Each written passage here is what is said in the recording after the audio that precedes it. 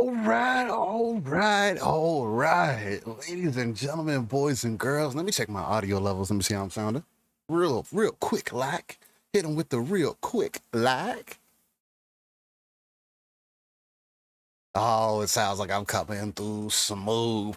Ladies and gentlemen, welcome to Lunch with Steel, Breakfast with Steel, whatever time that you ended up tuning into this. Haven't done a couple of episodes for Lunch with Steel. This week has been kind of interesting for me. Welcome to Living Split Screen 1. If you're tuning in here, I am one of your hosts, Steel Rain. Living Split Screen, we usually go live every Saturday morning. It's a gaming conversationalist podcast where we talk about all things happening within the gaming industry. And what better way to get into something that has been a hot topic? I know it's something that me and Pong have talked about, especially when the crew first announced that they were essentially taking the game down.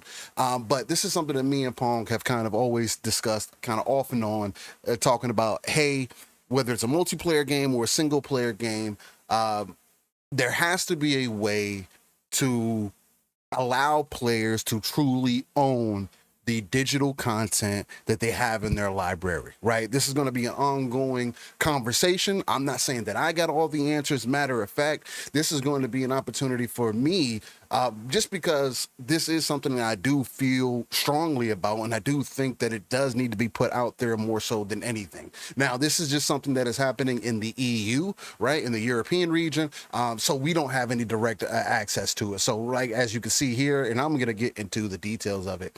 When you go to sign the petition, these are the countries that are available for you to sign that said petition. Again, to each their own. If you're in one of these areas, I do definitely suggest that you go out and sign this petition, man. And again, I will get into the details of it, but I was wanting to again inform myself a little bit more, getting into some show prep for Saturday, and said, you know what?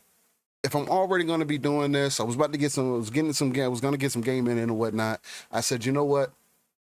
Let me truly tune into some important pieces, see what else we can listen to. It's gonna be commentary over everything. We're gonna watch a few different videos. I'm going to include those videos in the description below as well, in case you want to have direct access to those. So hey, if there's any time that there's a pause or anything like that within the content, you know why. Again, if you're not familiar with me, I'm your guy, Steel Rain. That T is a 7 everywhere.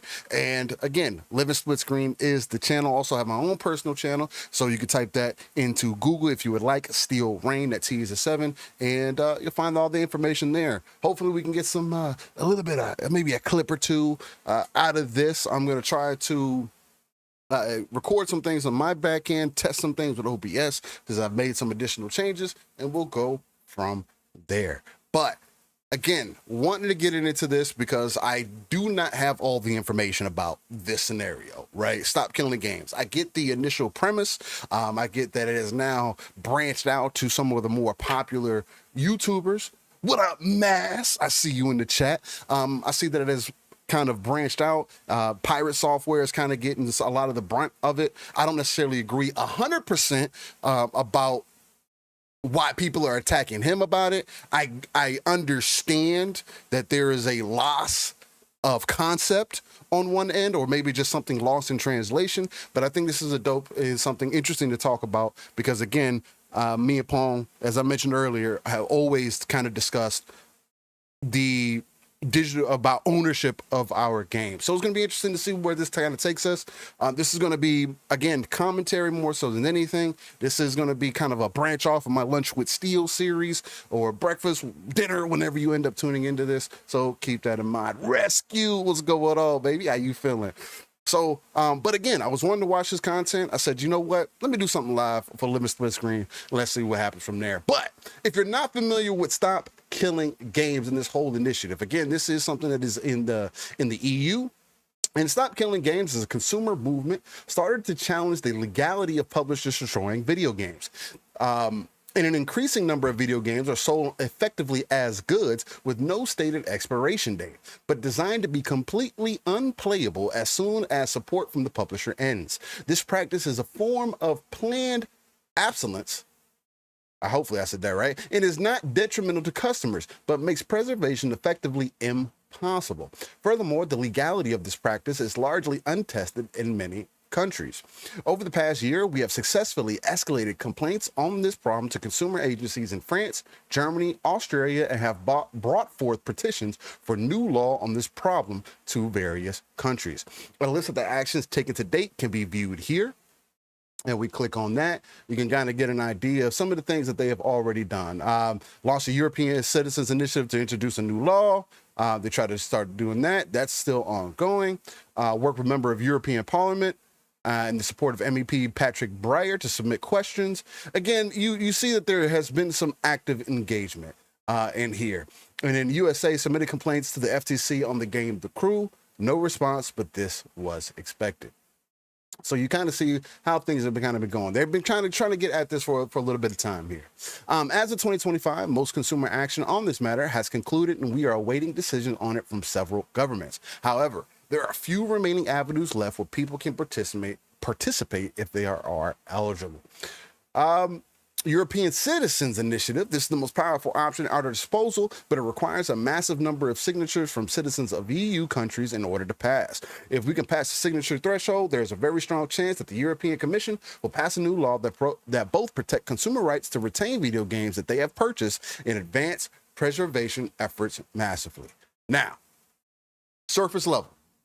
For me, I do think as a consumer that when I purchase your product, whatever the software may be, that unless I'm told otherwise, and I know there's EULAs and all this other information that they want to sneak underneath you and be like, oh, well, you accepted to these terms and you know that you're getting the license. And it's like, dog, come on, what are we doing? Most people do not read through that stuff, and most people should not need a lawyer to consume their form of entertainment. A lot of that stuff is put in place to protect the company itself, and I am so far away from being a company shill, right? There are companies that I may like because of some of their practices, i.e. like Microsoft, for an example. I like my experiences that I've had with Windows. I like my experience that I've had with Xbox, but I also acknowledge that they have some major flaws. The same with any company, Apple, Sony, Android, Google, the list goes on and on. There's a slew of things that you should have issue with. And I think two things can be true. There's always that gray area. What up, Sin? How you feeling, baby? He said, howdy, folks and fellow graybeards. Hey, I got a little, where is it at? I got a little bit coming in. I got a little bit trying to join the crew. But this is always and should be an ongoing conversation because, again, I am somebody that also believes, if you've listened to Living Split Screen over the last few years, that we as consumers in this form of entertainment still have enough sway and enough power to make mountains move if we choose to make things happen, right? So in petitions like this, it's very unfortunate. Again, and there is something also to be said about this kind of being pushed under the rug. Not very many people covering it, although there are huge bases, again, YouTubers, Twitch, all over the place of people who have covered such and not seeing enough people take action. Okay. Now, does this end up kind of falling into the side of, well, people just don't care? And that very well may be a thing. You know what I mean? A lot of people do not care until it is something that reflects on them negatively or impacts them personally. Is what it is on that. But enough of my yapping. Let's get into and find out more about what Stop Killing Games truly is about. Maybe we'll come up with our own kind of decision. But again, I'm always going to stand behind the side of the consumer and us figuring out ways, especially for the digital future. The only truly way, for an example, that I could stand behind Xbox if they're going to continue to push this path of giving us access to our digital library, you delivering more games to me on a digital standpoint, and me justifying my purchases for the future is if we have digital ownership, right? So think it's gonna be a lot. I think it's gonna be fun to get into. Again, this is something I was going to consume regardless. But I said, you know what? I got some things that I'd like to say. I was watching. I only watched about 4 or 5 minutes of the this video. It's almost an hour long. So if you're not here for that, I hear you. Living split screen. We typically do longer form content anyway. And since I got a free morning, I think it's time to get into some stuff and just intake some information. As I knock everything down. Jesse James was popping, baby. Appreciate you coming through. But let's get into it. This is from Accursed Farms. This is one of the guys who's kind of been the, I would say, leader behind all of this, right? Hopefully I'm sounding good. Everything is coming through clean for you guys. Again, this video is about an hour long. Accursed Farms. The video is titled "The End of Stop Killing Games," because I do believe the initiative is coming to a halt at some point, just because they're running out of time. And this is one of those things where, let's see what he got to say. Hello, this is probably the final update to the Stop Killing Games campaign. Though I'm coming at you a little bit like a time traveler would. It'll make sense in a minute. As a refresher, Stop Killing Games is a consumer movement to stop publishers from effectively destroying video games they have already sold to customers. Now, we've gone about this in many ways, but it's easiest to divide this up by things we've already done and things we can still do, because there's about a dozen things we've already done. Yeah, in fact, here's a list if you want to pause this. And then he goes Going over this again will be a video in itself. So submit complaints to the European Consumer Centers Network in multiple countries. The result, dead end, no consistency at all from the offices, was redundant at best. Another action that they have done is submit a petition to Canadian Parliament on the destruction of games. Dead end, said the provinces will have to deal with it, which are too small to impact the industry. Make contact with the BEUC to influence the EU Commission. That's ongoing. Submit complaints to the Faberschnauzel for the crew. Issue escalated at the agency. Decision is pending. Submit complaints to the DGCCRF on the crew. Issue escalated to the highest level of the agency. Decision pending. Contact the UFC choir on the crew. That's ongoing. Submit complaints to French legal mediators on the crew. Still processing, but likely to get deferred. So you're kind of starting to see this pattern here. There's very little agency, not really anything to be done here. Very little people's kind of speaking up or acknowledging that there is an issue. But continue to ask questions of the EU Commission on the destruction of games, said there could be a violation, but it has to be handled through the member states. An initial lawsuit in the Brazil on the crew failed due to us requiring sales figures on the crew in Brazil to proceed, which we don't have. And then they also submitted a complaint to the FTC. I'll talk more about some of this towards the end. So that just leaves things we can still do, which are only 2 items. One is for the UK to sign a government petition to bring this issue before Parliament. Though, keeping it real, I'm not terribly optimistic about this one, since the government... Now, just to be frank, I think trying to get the government to care in any way, shape, or form currently, I think it's going to be a hard move to do. Personally, just because of how video games are still, or just this form of entertainment is still looked at, not very non-serious, like, let the companies handle it, like, it's not really our space. You don't see it go too far. It's still treated like things are all right, and it's not that big of a deal. Government response has been a mess by every definition. It's a long and boring story, but the short version is it's hit a bureaucratic roadblock and will stay stuck unless it gets more signatures. But the one that has a lot of power, so much so I think it could change the course of gaming history, is the European Citizens Initiative. Now, I said I'm approaching this like a time traveler because with the trajectory we're on, these are both going to fail. So I figure, why wait until they actually do to tell people? Both the petitions end in July. The Citizens Initiative in particular on July 31st. This video probably won't change the timeline. It's just a last-ditch attempt to wake people up on it. The European Citizens Initiative failing kind of stings. Again, this one is crazy powerful, but the hurdle we just couldn't get past was that it requires 1 million signatures from citizens of EU countries. And we've only made it just under halfway. That's really too bad, because I have high confidence this would have solved the problem of publishers destroying video games. Now, why do I say that? What a lot of people don't realize is that in the EU especially, It's almost a state of lawlessness regarding the practice of game destruction. Okay, I don't want to put people to sleep here, but the quick legal argument is that the vast majority of games with an online requirement say they can be terminated at any time for any reason. Or Blizzard. See, from the very jump, look, I'm not a game developer. I don't know what it goes in to make online experiences, right? It is very hard for me to believe that any online experiences that you could not place bots, that you could not have a slimmed down experience, that you could not have something in consideration, considering, especially in big old 2025, where not every game is going to be successful. For an example, let's talk about Concord. What up, Mishi? Let's talk like Concord for an example. People purchase Concord. People refunded for Concord. Now, what if you were a consumer that said, you know what? I bought Concord. I don't want you to refund Concord. I still want to play that game. Now, again, PlayStation could say, hey, we're not going to have the servers or whatever the case may be. But you could play it offline with bots or AI of some form and just stick it to it like that. Again, this is something that we used to do with Battlefield back in the day. You just load in, have a bot lobby, get your practice in, make sure your shots is hitting. You know, these are some of the things that have kind of continued to exist.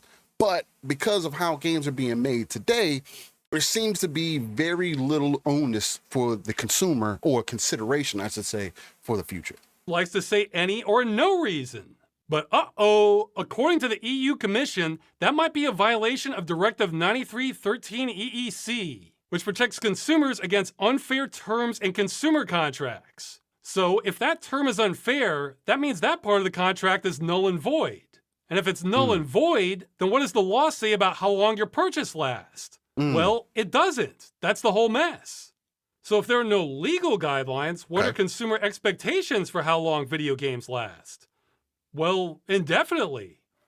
Even the average online multiplayer video games from the 90s can still work today if you didn't change the hardware or software. That's a good point. So the law wasn't written for this situation. The industry's terms might possibly be illegal, and traditional expectations are games last indefinitely. Now, of course, publishers can't support.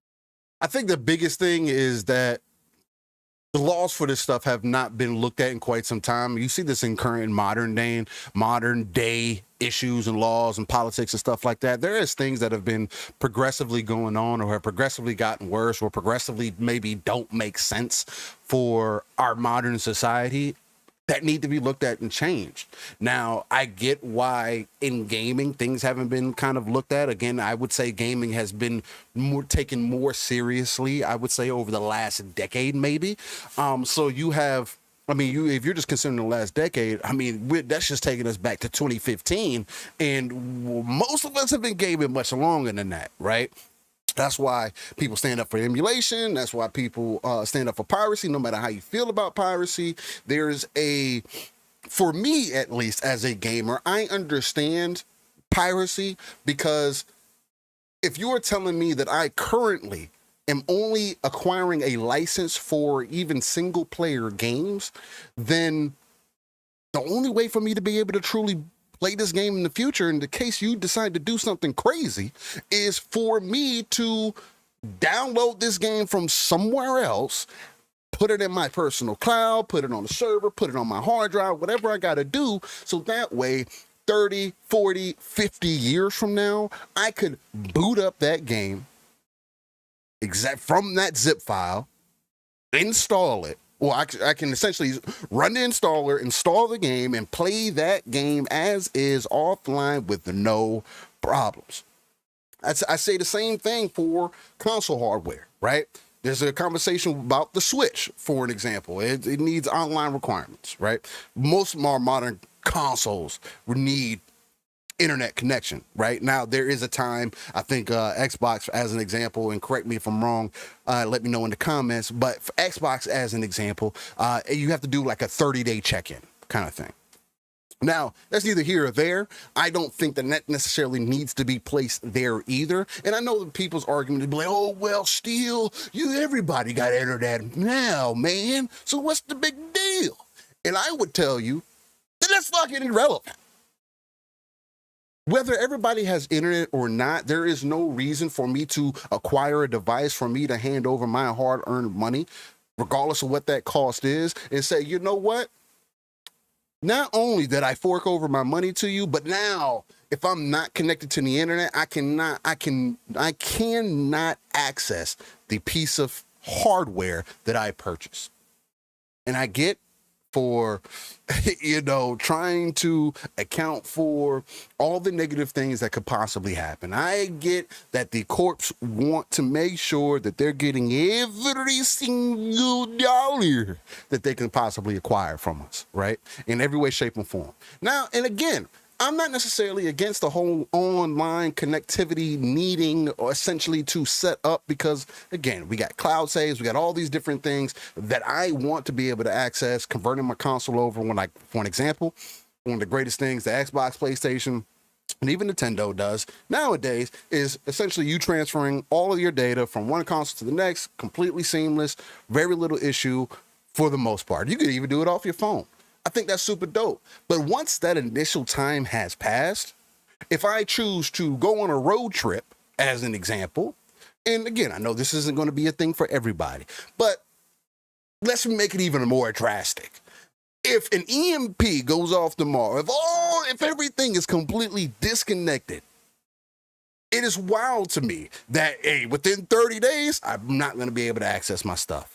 Hey, if I'm not going to be able to download my cloud saves because I hadn't played that game in X amount of time. I'm not going to be so on and so forth. There has to be something addressed and done about those things and looked at, right? I do think we as consumers have gotten way too comfortable. Yes, I appreciate the convenience of things being digital. 1000%. I love it. We don't have this no more. I don't have to worry about scratch CDs. I don't have to worry about getting repaired. I don't have to worry about the data on my disk completely being irrelevant. Shit. In PCs, for the most part, it has been digital for some time. My concern is that digital ownership, right? So, port games indefinitely, but by not giving expiration dates or end-of-life plans, that might be the situation they've put themselves in. I cannot emphasize enough what a mess this is. If you were an impartial judge just trying to interpret the law, you'd have a headache. I don't know what you would do. And Mishi mentions in chat, he says, the fact that Multiverse was able to shut down the game and not refund or offer an offline mode for players should be illegal. 1,000,000%. When they did it the first time and said, "Oh, well, it was a beta," and then the game went away for a year. Like, what are we talking about? I thought this was a release. Like, you're not even coming out with concise or accurate information for us. You're just doing whatever you feel like. And now the game is nowhere to be found. It's like, bro, I can still play the game offline. If I had some homies come over, you know what I mean? Like, let me and the homies brawl offline. What's the problem with that? Why do you have to completely remove the game off the store, allow us not to have any access? Oh, it's the servers, man. It's like, that's nasty work, bro.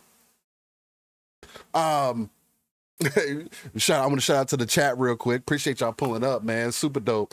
MF Grace says technology has been moving faster than the law for years now. It seems to be a constant thing. Technology moves faster than all of it, seemingly. Lydian says, what's happening? Seen a few videos talking about piracy. Just woke up here on the West Coast. It's more than just piracy, Lydian. Piracy is always going to be an ongoing conversation, right from wrong kind of thing. And again, I'm of the side, if you're just pirating to pirate, cool.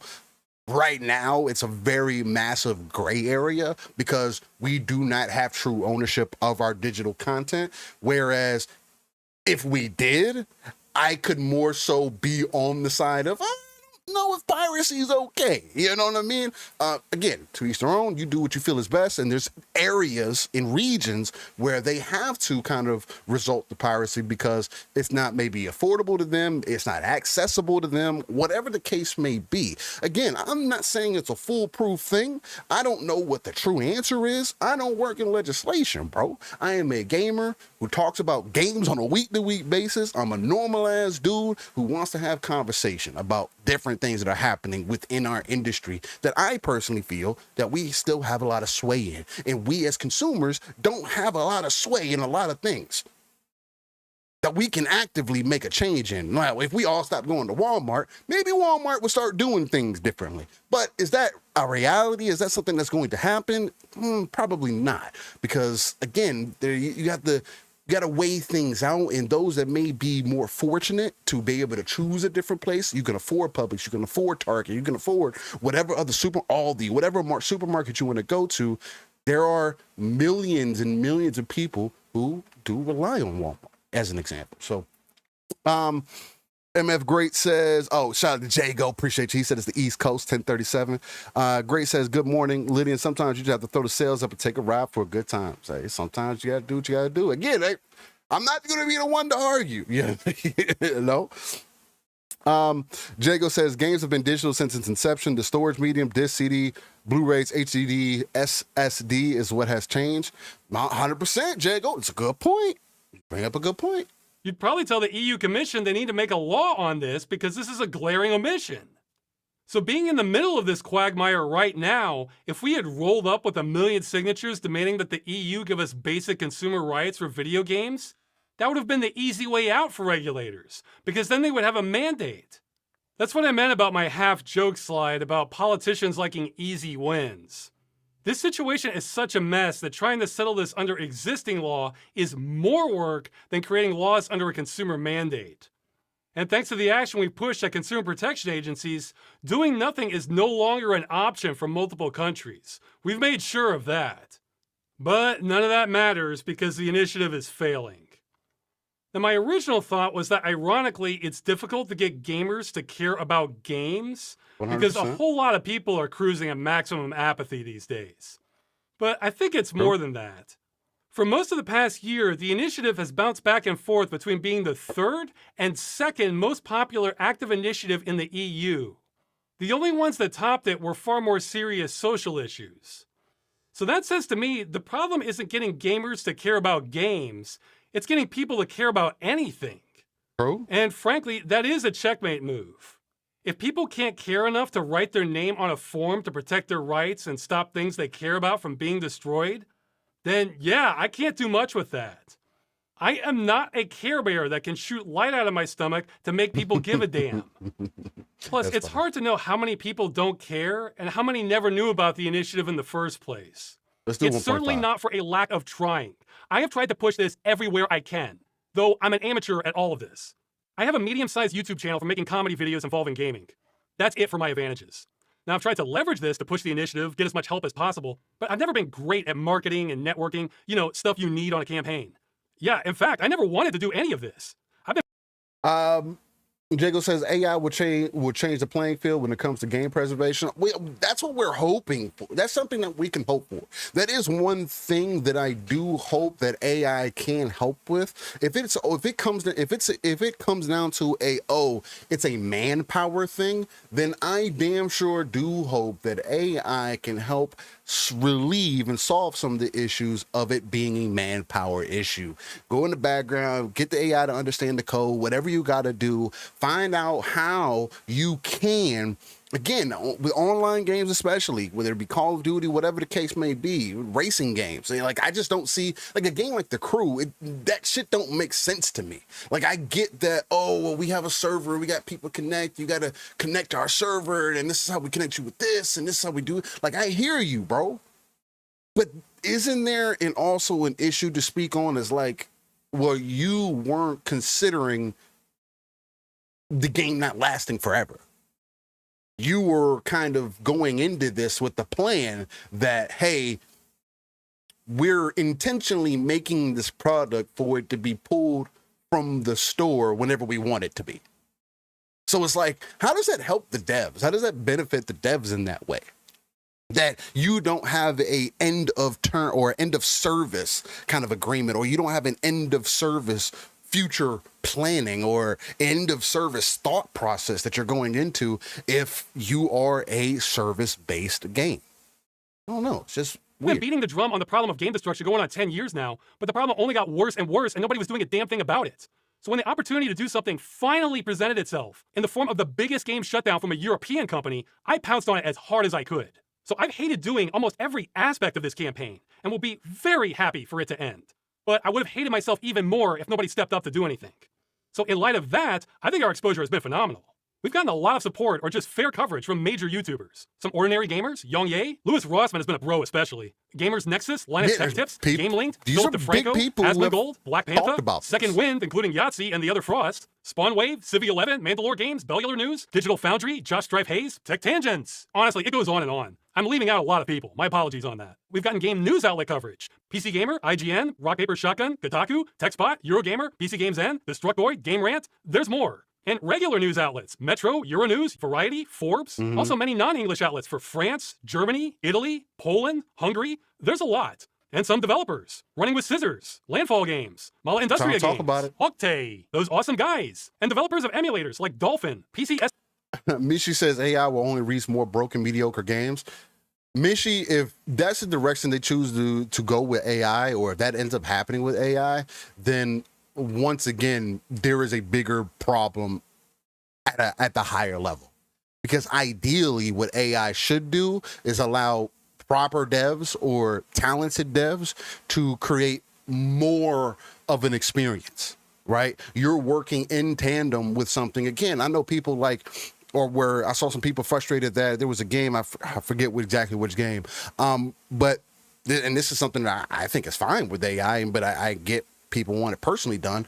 People who are doing trees and grass, right? There are literal concept artists or just artists in general who work on those types of things. Now, does that have to be your line of work in that studio? If you could have AI and you as the artist can help that AI generate the type of artistry that you're looking for as far as grass and trees go in that example, gravel, how things are placed, and wouldn't that allow you to place more focus on the experience in totality?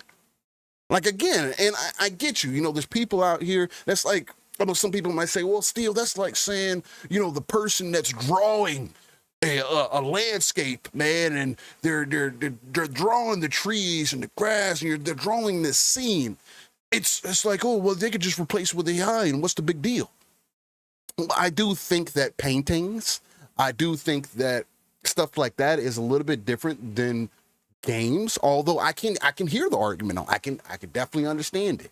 Now, has gaming proven that there needs to be emphasis placed in other areas that matter more to the core experience? I think so. We've gotten more broken games than ever before, and now far and few in between. We're seeing double and single A devs, indie devs, come out with games that seemingly need less updates day one than bigger games do. That doesn't make a remote bit of sense to me. It's like they had to make sure that the game, whatever it was complete when they had to release discs back in the day, right? When they couldn't just push out an update. You had to work with what you had. Now you can update and do whatever till the last minute, to the time that the game goes live.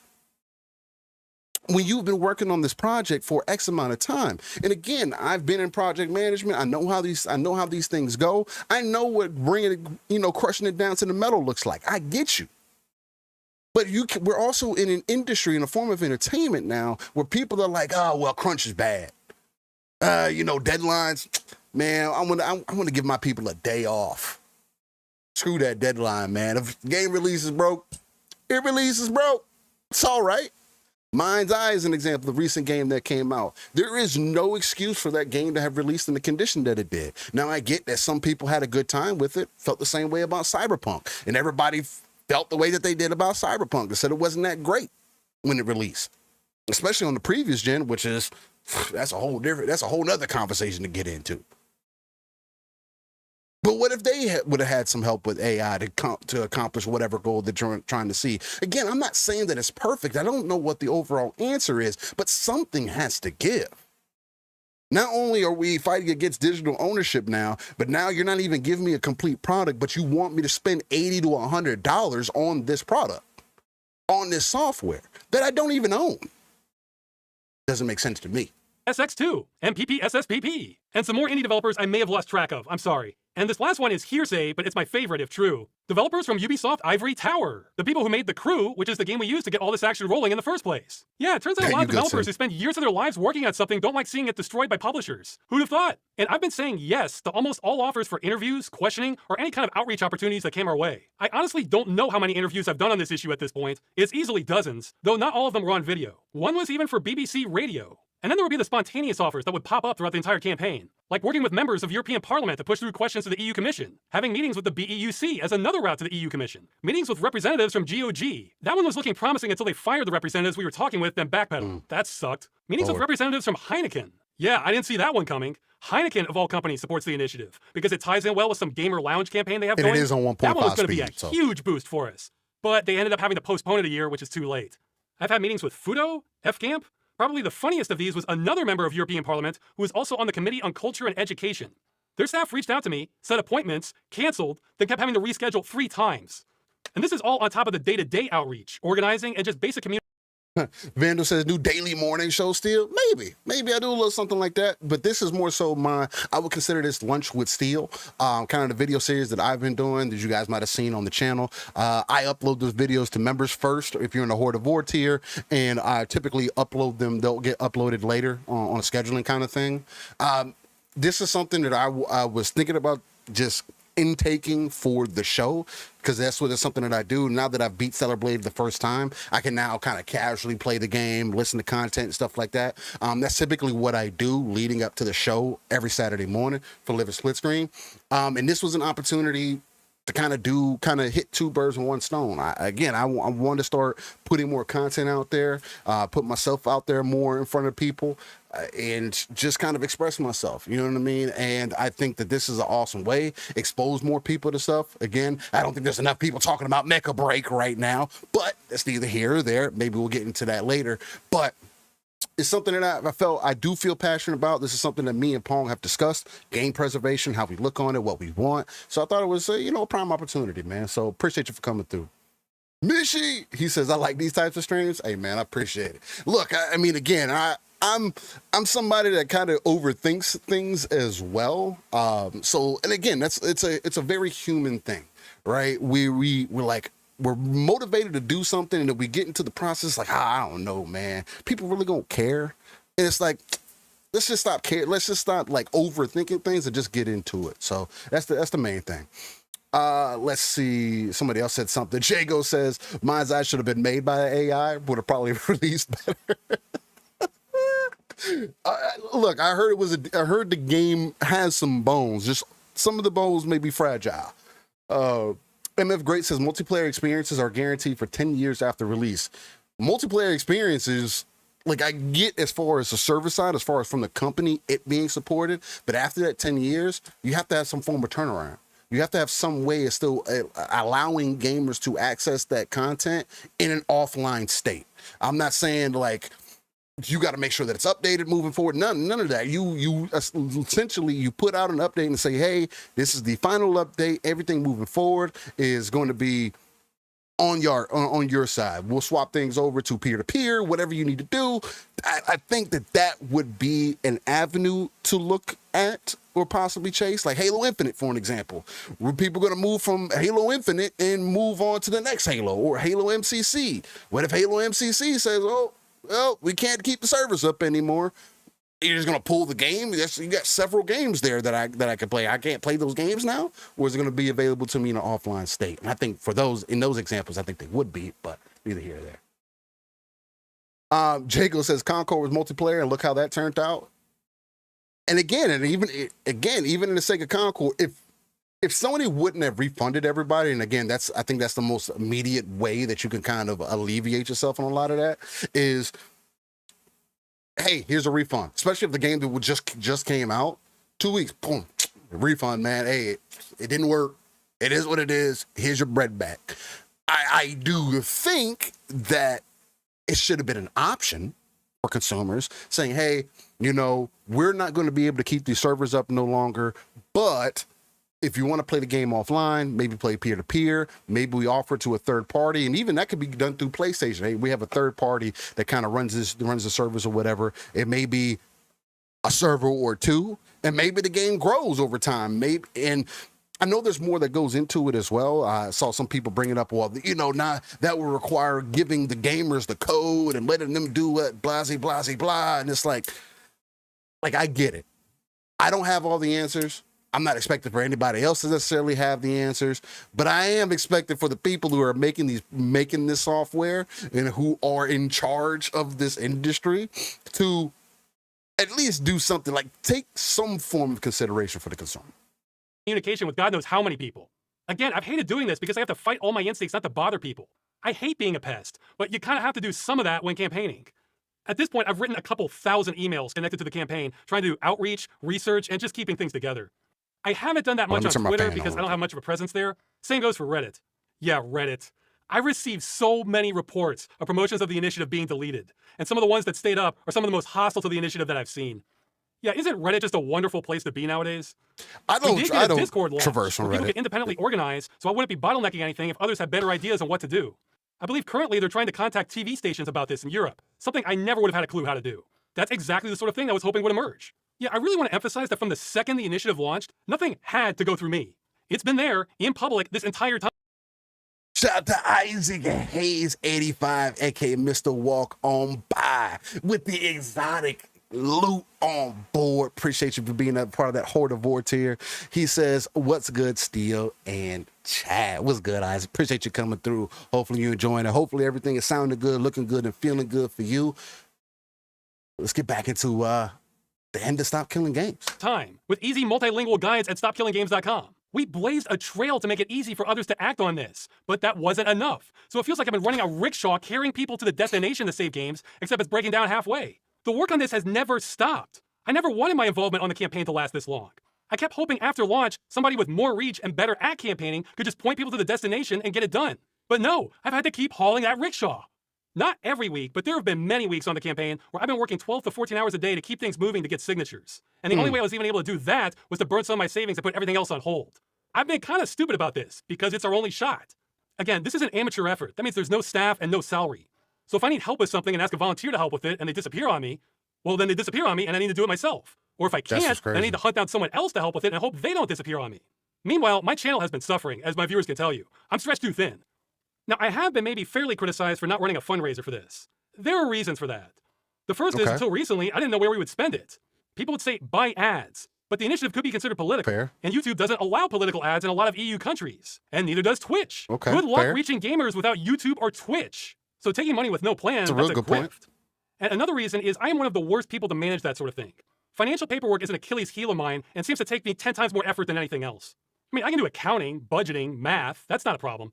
No, I mean having knowledge of all the obscure forms you need to fill out, what all the tax laws that apply are, what all the specialized terminology right is, there. and just all the I'm hidden saying. rules. Now you might say just hire an international tax accountant for multiple countries. Costs Okay, money. there goes a third of our funding then. So what are we even doing? I cannot emphasize how much I He's struggle with spitting. financial business crap like that. So the thought of me putting together a fundraiser for what might be considered a political fund that needs to adhere to laws in multiple countries, and if I make a mistake, that could be considered a crime? Oh, no. That's like asking somebody with severe dyslexia to write a book report on war and peace. I am the wrong person for that job. But I've still been trying, to the best of my ability anyway. I didn't discover this until late in the process, that even though general ads were out, sponsor messages were still an option for some countries. And some mysterious benefactors emerged offering to pay them directly. But that means I needed to find all these channels and broker all these deals. So as a last-ditch effort, I've been looking through hundreds of targeted non-English gaming channels trying to find good candidates for this. Then work with bilingual liaisons for each language, then try to put together a contract and figure out what a good offer is for the doing a amount lot of of views we steps, expect. bro. I am so Trying to get out this of my working. depth on this, but I'm still trying. At this point, I've browsed through more clickbait AI-generated thumbnails than I have the entire rest of my life. What's great? What's crazy is this is deliberately demonstrating that, and I know this is more so something that's going on in the EU. It's actually surprising to me that you don't see a U.S. option, and maybe there is. And again, I'm just now more so getting put on games. This is something that we have discussed about before on Live a Split Screen, and it mentioned to people like on the podcast, hey, if you're in the EU. Check this out, see if it's something for you that you want to support and kind of go from there. If I was able to, and if America was a selected country in this, I would definitely go for it. But unfortunately, it just doesn't seem like that's happening here per se. And maybe there is, and somebody could put me on game about it. That way we can start that. But I'm not the martyr for this stuff either, right? I can be nothing but I can be nothing but a talking head, you know what I mean, and put light on it. And just like he went to everybody, well, went to all these other people and did essentially the same thing, putting light on the situation, saying, hey man, like, damn, like, what am I supposed to do with this? Like, I'm trying, I'm out of my depth. And as he described, bro, I am out of my depth in this shit. I'm trying to figure it out. Doesn't seem like enough people are caring, or at least don't care the way that I do. And it's like, if people don't care, then people got to stop complaining. If you are no longer able to access your content 10 years from now, then the only person that you could put the onus on is you. Because there are people like Accursed coming out here. There's other, and all the other places that he ended up serving to, or trying to get the information out to, in their audience, who has been kind of blatantly ignored. And even like, this is one of those things where, bro, if you had, and again, I'm not suggesting for anybody to do this. Don't say this is, I'm playing. I'm being funny. This is a joke, by the way. What I'm about to say is a joke. I could see streamers getting together and saying, yo, I'm gonna get together with a VPN provider. Let's set up a VPN, go to this site, say that you're in this country, and fill out this petition so we can get this ball rolling. This is something that is serious. And then we can start doing things over here as well. Or at least starting something on this side, seeing somebody who's passionate enough, jump into it, but like, yo, you know what? I believe in the vision that you got. I got some M's behind me. Let's see what we can do to really put some things forward and try to fight this battle, man. Because it's worth it for the consumer. Vandal says, Jago, I just mentioned him because I think Steel will be a good counter to his lies at this time slot. Vandal's talking about Reforge. Look, man, hey, I'm not trying to be a replacement for anybody. I know there's people out there that think that I be just saying whatever, that I don't say anything that I truly believe, or I'm being dishonest. Look, anybody can believe whatever they want. I've been real Steel from the very beginning of the game, live, raw, and uncut. The energy, the takes, how I feel about things has been consistent since the very beginning. When people were shitting on Xbox in the beginning, as an example, I was the one pointing out, but you know, these games and Game Pass, though, you know, and I know that's not the thing for everybody. I don't need to be for everybody. I'm pretty sure I make that blatantly clear. But I do want to be an outlet for people. So you can come in, hang out, chill, get your bars off, say how you feel, because I'm not going to get in here and disparage nobody. You know what I'm saying? I can just as easily ignore somebody talking mad smack to me versus anybody else, right? And I don't have the best camera or mic or whatever the case may be, but I do get passionate about this industry because it is something that I care about, right? Prime example, I had an opportunity to get down with Nintendo. I had to end up turning it down because I don't necessarily believe in what Nintendo is doing. Now, there's a lot more that goes into that as well, but that's the level that I go to. You know what I'm saying? Like, if there's certain things that I just can't stand behind, like I just can't all of a sudden, I can't talk all what I do about Nintendo and then all of a sudden become a Nintendo shill or become quiet and not be able to express myself out to the public, because this is something that I like doing, you know what I mean? Along with playing games, more so than anything. You know, I would love to be able to be streaming and play games, have people come in and out, and I expose more people to stuff, but it's neither here or there. I left him with his mouth open. Let's move forward. Let's do that. He got his mouth closed. Appreciate that. Isaac says, this is Timu Asmongold. Hey, he's stupid. Y'all are some fools this morning. Vandal says, I keep trying to tell gamers to write their legislators to tell them to write bills to protect digital libraries. They kept laughing at me, though. Write your legislators, folks. That's the one thing that you can do, but again, that's a whole nother conversation, man. Making people care about just the political spectrum in totality. We don't have enough people who make it look good enough, or are trying to get the common person to understand, because at the end of the day, in order to make a move, you gotta pull the normies, and that's the main issue that we got right now. Jago says, Steel, we all know you mean well and real when it comes to gaming. You're good, bro. Oh no, it's all. Bro, I'm not trying to explain myself to nobody, but there are people who, and again, I'm not saying that somebody like Free4 as an example doesn't believe the things that he says, but it's also hard for me to believe that you don't hear other people's critique, because that's something that I just can't stand behind either. When other people are critiquing you, and I take that exactly what it is, you putting yourself out on the internet, bro, you're open to critique. People can say whatever they want to. They can feel however they want to. And at the end of the day, it should not impact your real life, because none of this should be taken on a personal level.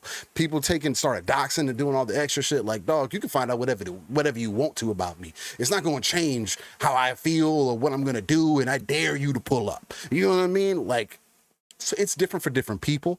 But we do have a lot of people who kind of do it for a take, or just do it to be hot in the moment.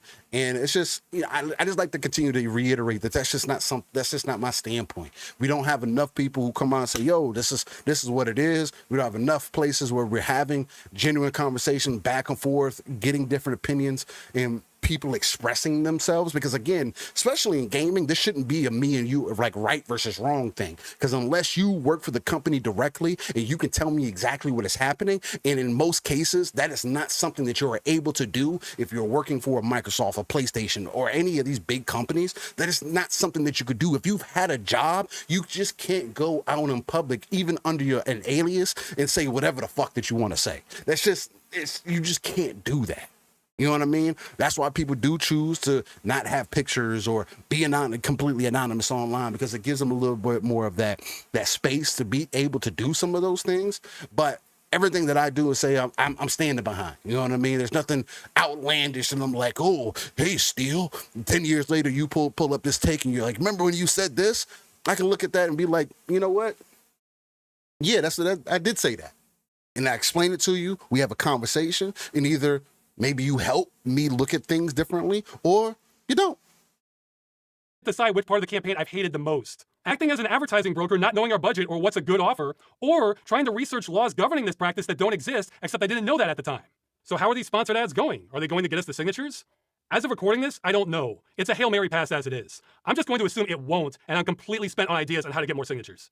I did everything I possibly could to make this campaign work. It wasn't enough. Or rather, I did everything that made sense to me. I did receive a lot of suggestions of things I do not think would have worked. A bunch of people told me to make short form videos on this. I tried that. They got a fraction of my usual views. I've been told make more videos on my channel saying the same thing. But lots of views on my channel doesn't help if it's all the same audience, because people get only signed once. We have to reach new audiences. I've been told become a full-time streamer. I might consider it if I thought it would work, but I don't. I've been told I should have made a bigger deal about countries crossing minimum thresholds. Well, I didn't want to celebrate that because that's an arbitrary number. They're the minimums. All that really matters is that 1 million number, and we're a long ways away. Now, another suggestion has been to make a plea to big gamers, like PewDiePie, Jacksepticeye, Moist Critical, Markiplier, anyone like that. Moist Critical did get on board. Yeah, I think that might be a great idea. Our biggest obstacle in the campaign has always been getting enough exposure, and they have exposure. I think any one of them could end this with one video and change gaming history. Problem is, I have no idea how to reach any of them. Plus, I can understand if they might shy away from this. First, they're probably busy people. But second, they may not want the kind of heat that comes with changing gaming history, even if it's for the better. And third, if they back this, then 1 million people might mob them to back something else, and then there's no end to it. So I actually can understand some people wanting to sit this out. I mean, yeah, it really sucks that we can't get enough attention on this badly needed change in the games industry, but I'm not shocked either. Honestly, I'm already punching way above my weight class on this. My main promotion video for it got a little under 250,000 views, and about 15% of my audience is from EU countries who are eligible to sign. So that means I shouldn't have expected much more than 30 to 40,000 signatures from my audience, and we're over 10 times that. It's almost like a lot of people out there don't like having their games destroyed. Now. Anyway, most of the criticism I've seen for how I've run this campaign kind of comes down to be more popular. Yeah, sure, maybe everybody else knows how to do that. I don't. I kind of view that critique as similar to don't be poor financial advice. And that's from people who support the campaign. For all the support and fair coverage we've received, there's been some opposition too. Though I want to say 80, maybe even 90% of people who are against the initiative are against it because they think it's doing something it's not. For example, the #1 criticism about the initiative that we've never been able to shake is that it's unworkable because you can't expect publishers to support games forever. Yeah, we know. That's why we've never asked for that.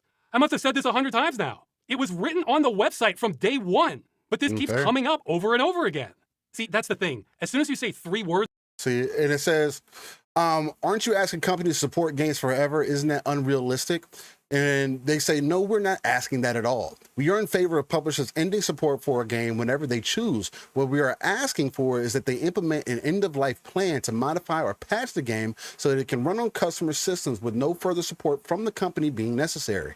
We agree that it is unrealistic to expect companies to support games indefinitely and do not advocate for that in any way. Additionally, there are already real-world examples of publishers ending support for online-only games in a responsible way, such as Gran Turismo Sport, Knockout City, Mega Man X Dive, Scrolls, Caller's Bane, and Duelist published by Bandai Namco.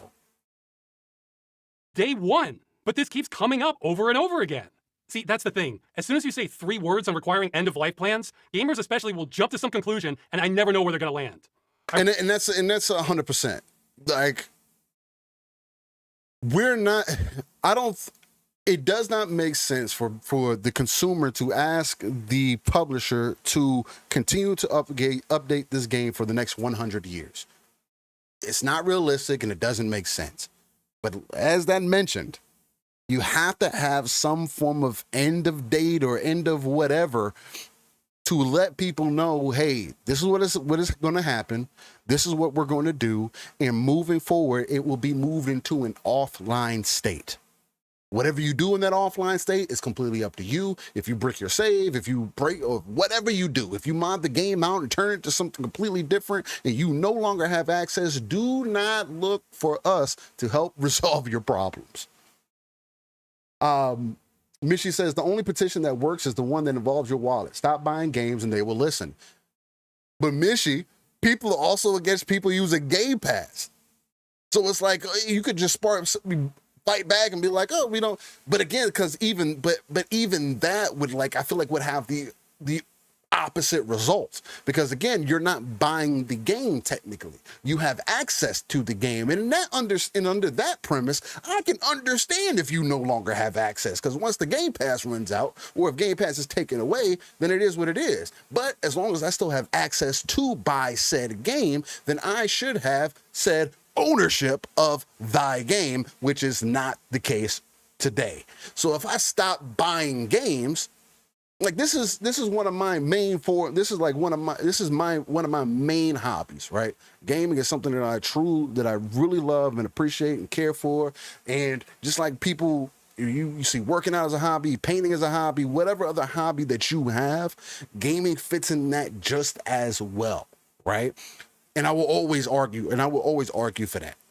So, and as part of your hobby, like I could say, some of the people who collect cards, well, just stop collecting cards or something to change. Sure, but if that's something that you enjoy, maybe you could find another hobby. And at the end of the day, if things continue to go the way that they are, and I have enough of my games that I care about that I no longer have access to, and that's the other crazy thing, because I'm not somebody that is so intrinsically in this, because I don't replay my games. If I don't have access to my game years later, sure, it may bother me in the moment, but at the end of the day, it's like, was I really playing that? Nah, not really. But that does not dismiss the fact that if I purchased said game, then I should, no matter what, if I get a wild hair, if I want to introduce my kids, my grandchildren, whatever the case may be, that I can boot that thing, I can reinstall it, boot it up, and it works as intended. Within reason. Ironically, non-gamers tend to be much better at understanding the initiative, because they're not coming with a whole bag full of assumptions. A couple other criticisms are how this would violate copyright law by forcing publishers to give up their intellectual property. No, it wouldn't. Some of you may want to pause this part. It says the initiative wouldn't conflict with copyright law for 2 reasons. The customer would have no additional rights beyond what they were sold in the first place. The ability to run a copy of the publisher's game. The only difference between now would be that the publisher would no longer be able to permanently revoke the license without any fault from the customer, i.e. hacking, online cheating, etc. 2, because the initiative focuses exclusively on the outcome, a working game, and not the methodology for doing so, source code, server binary, specific files, etc., no specific demands for any intellectual property are being made to the publisher. This leaves full discretion to the publisher in how they wish to manage their intellectual property. While the publisher may deem it necessary to release more intellectual property to fulfill the requirement of letting the customer retain a copy of their game, the initiative is not specifically mandating that. or how this won't work because of Makes sense. end-user license agreements. That's also not a problem.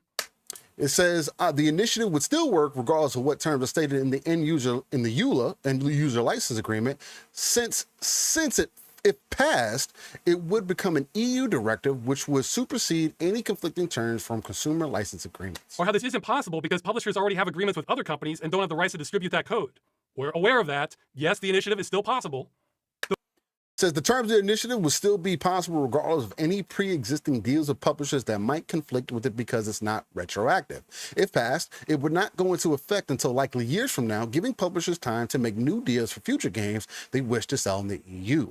For existing games where these terms would still not be possible, there are multiple options, but only the EU Commission could make the final decision on what would happen. Some examples are shutting down the game before the new directive goes into effect, and exempting existing games from the new requirements and only affecting new games sold after the directive goes into effect.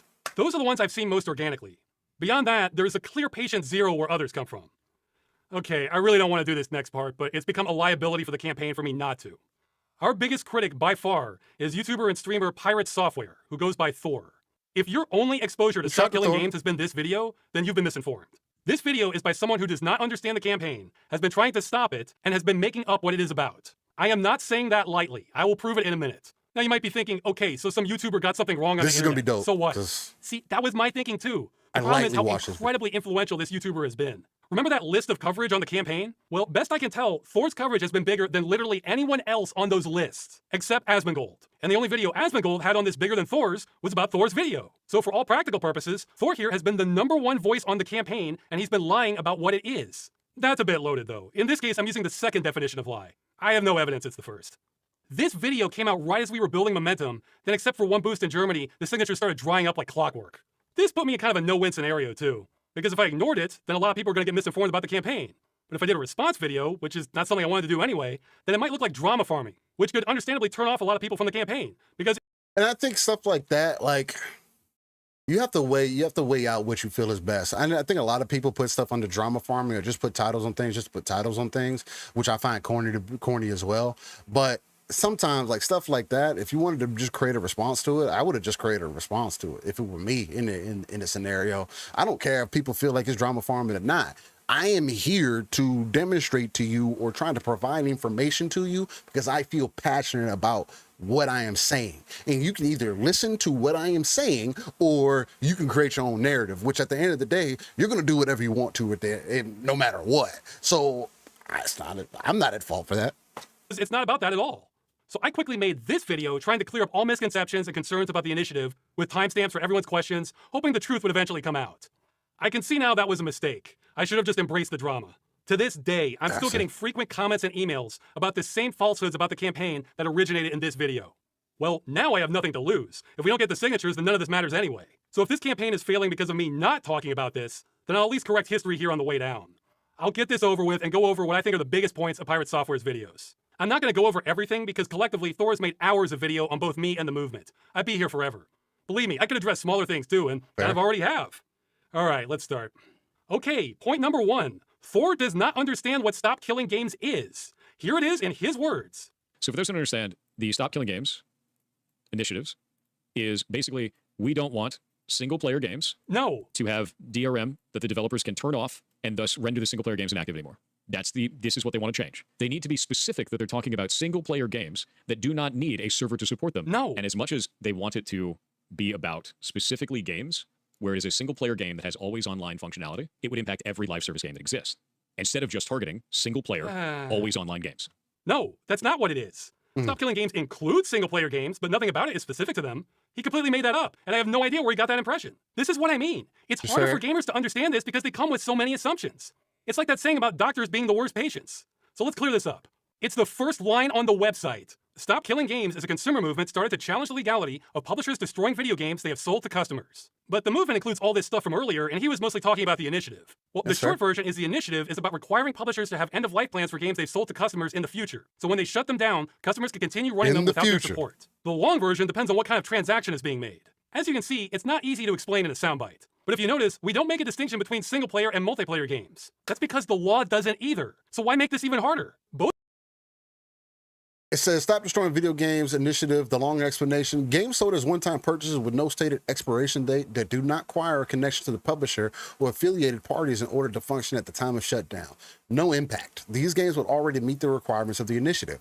Games sold as a one-time purchase with no stated expiration date that require connection to the publisher or affiliated parties to function. Publishers would be required to implement an end-of-life plan so that their support would no longer be necessary to run the game once it's shut down. I don't think that that's so far out of the scope of reasoning. I mean, or just say up front what it is, bro. Like, if you buy this game, this is what it is. Like, point blank, period. We're not going to. You have every right as a publisher to be able to do that. But at least if I know that up front, I shouldn't have to read the EULA to go through that. You know what I mean? But the publishers and these companies are so worried about selling their product to the less than 5% who end up purchasing. This is factual information. You can check it if you'd like, but selling product or selling their software to the less than 5% of gamers in the entire gaming industry, at least on the console and PC side, because mobile gaming is a little bit different. I would almost say vastly different, but in this scope of it though, the less than 5% of gamers who buy games on a month-to-month basis, I don't see what will be wrong with it. Like, I don't know. It's weird. Games that are completely free, no impact since no commerce is involved. Requirements on completely free games we see as overreach. Yeah, you can't do nothing about those. Microtransactions for games sold as a one-time purchase with no stated expiration date. The publisher will be required to implement an end-of-life plan when support ends, so the customer's microtransaction would not be permanently disabled. This would necessitate having the game it was sold for in a functioning state, even if the customer may not be entitled to the game directly. Now, this is something that I have an issue with, like Call of Duty as an example. And part of the reason why I'm not playing the new COD, just as an example, right? You went back to back under the understanding that our content was going to be moving forward. My purchases were moving forward. I don't see in modern day Call of Duty why any purchases that I make throughout your battle pass, through anything, that stuff would need to be removed out of my library and I will no longer have access to those purchases that I've made. So essentially I just made purchase for something that I will no longer be able to access, or I can access, but let's be real, I'm not going to be playing it because it's not the modern game. And that's not your intention. You want us to be playing the most modern game so you can get the best numbers possible and get the support for that. It's crazy that Call of Duty Mobile seems to understand the entire point of what COD should be versus what we're getting on console, where it's like, oh, we're going to separate everything. We're not just going to keep iterating and updating this game and just making it better, adding more maps, giving you different things. No, you want to end support, or you can't just charge me $40 for a campaign because people like playing campaign. I hear you. But that's also something that you could just drop as an expansion. Oh, here's a campaign expansion. Oh, here's the Black Ops 2. Here's the Black Ops 3. Here's the, so on and so forth. Like, oh, here's these campaigns. But what we're also going to do is we're going to drop a battle pass that has these cosmetics and this, and all this stuff carries forward. You always have access to it. You'll be able to play as whatever character that you ended up ever purchasing. That would just do so much for the end consumer. But what can I expect out of COD who can't even get anti-cheat right, and people make every excuse in the world up for them for why, we can never truly solve anti-cheat. Well, why is there a red and blue team as far as security goes? There's hackers and there's defenders for a reason. The people that are hacking, maybe COD, maybe Activision, maybe Microsoft should be reaching out and saying, yo, what are y'all doing that is allowing these things to happen? Hey, maybe what we can do instead, hey, Xbox it's a good step for you to say, oh, well, only Xbox branded products you can use on console. How about across the board, if we detect anything from a controller that does not seem right, it's getting blocked. You're gonna have to restart the game, whatever the case may be. People are putting mods inside of their controllers, and this has been an ongoing thing for years, bro. And people are only concerned about the PC side of things. There's console cheaters as well. Bro, they were literally selling Cronus at GameStop. So, like, what are we talking about? You can actively, right now, Go take your Xbox controller as an example, PlayStation controller as an example, take it to somebody to mod your controller, and Xbox is not going to know the difference. So what are you supposed to do for that? Games that are sold as a service with stated expiration date. We would attempt to require publishers to have some sort of end-of-life bill when the support ends, but would probably fail as there is no basis in consumer law for this. Our only justification would be via art and culture preservation laws, which are very weak. King Styles, what's going on? Mishi says, COD Mobile and Diablo Immortal both have something in common. They are made by Chinese dev and have more content than the games made by Activision Western devs. You know what is and it's fucking insane to me, dog, because you're just a branch off of the initial IP. So why can't that be something that's carried on? Like, yo, y'all want mobile numbers so bad. Oh, well, these mobile players are spending all this money and they're engaging this way, but you're not trying to move any of our content forward. And you're wondering why people don't like to engage in your shit. Or you're wondering why you have the problems that you do. Like, things don't, like, it's not making sense. Delroy was popping, baby. He says, what's happening? Just stopping by to say hi, stealing gang. Hey, appreciate you, Del. Appreciate it, man. Let's get back into it. Both the movement and the law are making distinctions on how games are sold. Also, that party said about it affecting all live service games, yes and no. It would affect most live service games in the future, but the initiative is not retroactive. So that's one thing Thor doesn't understand, but he also seems to think this is about converting multiplayer games to single player. Once again, he made that up, and I have no idea why he thought that. Transitioning an entire multiplayer server-side game into a single-player video game, which means rebalancing the entire experience around single player, rebuilding everything in the entire game. How are you going to do that with Final Fantasy XIV? You're just going to make all the raids soloable? Imagine the day that World of Warcraft shuts down, and suddenly you have to make it a single-player game for every individual that ever bought the game. That's what they're asking for. No. Because they would have to sunset live service games as a single-player experience. The idea that suddenly you need to make every single live service game playable single-player offline? No, dude. Correct. No. This one is particularly baffling to me because I've heard most counter-arguments before, but until Thor, I've never heard this one. That we want the industry to convert all multiplayer games into single-player ones. I keep saying it, you never know where gamers are going to take this. Nowhere in there does it say that it's directly targeting always online single-player games. Oh, he's so close. He's so close to getting it.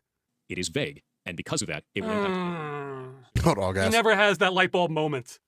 Well, he is correct in that statement. It's almost as if that's not what the initiative is asking for. But those were his streams with a smaller audience. What does he say in his big YouTube video with over 1 million views that he had time to research? If we're trying to kill off the practice of developers putting together a live service game, pitching it as a single-player experience, and then taking away support in the future. Now he's changed it again and is making up how it's about single-player games are advertised. What is he doing?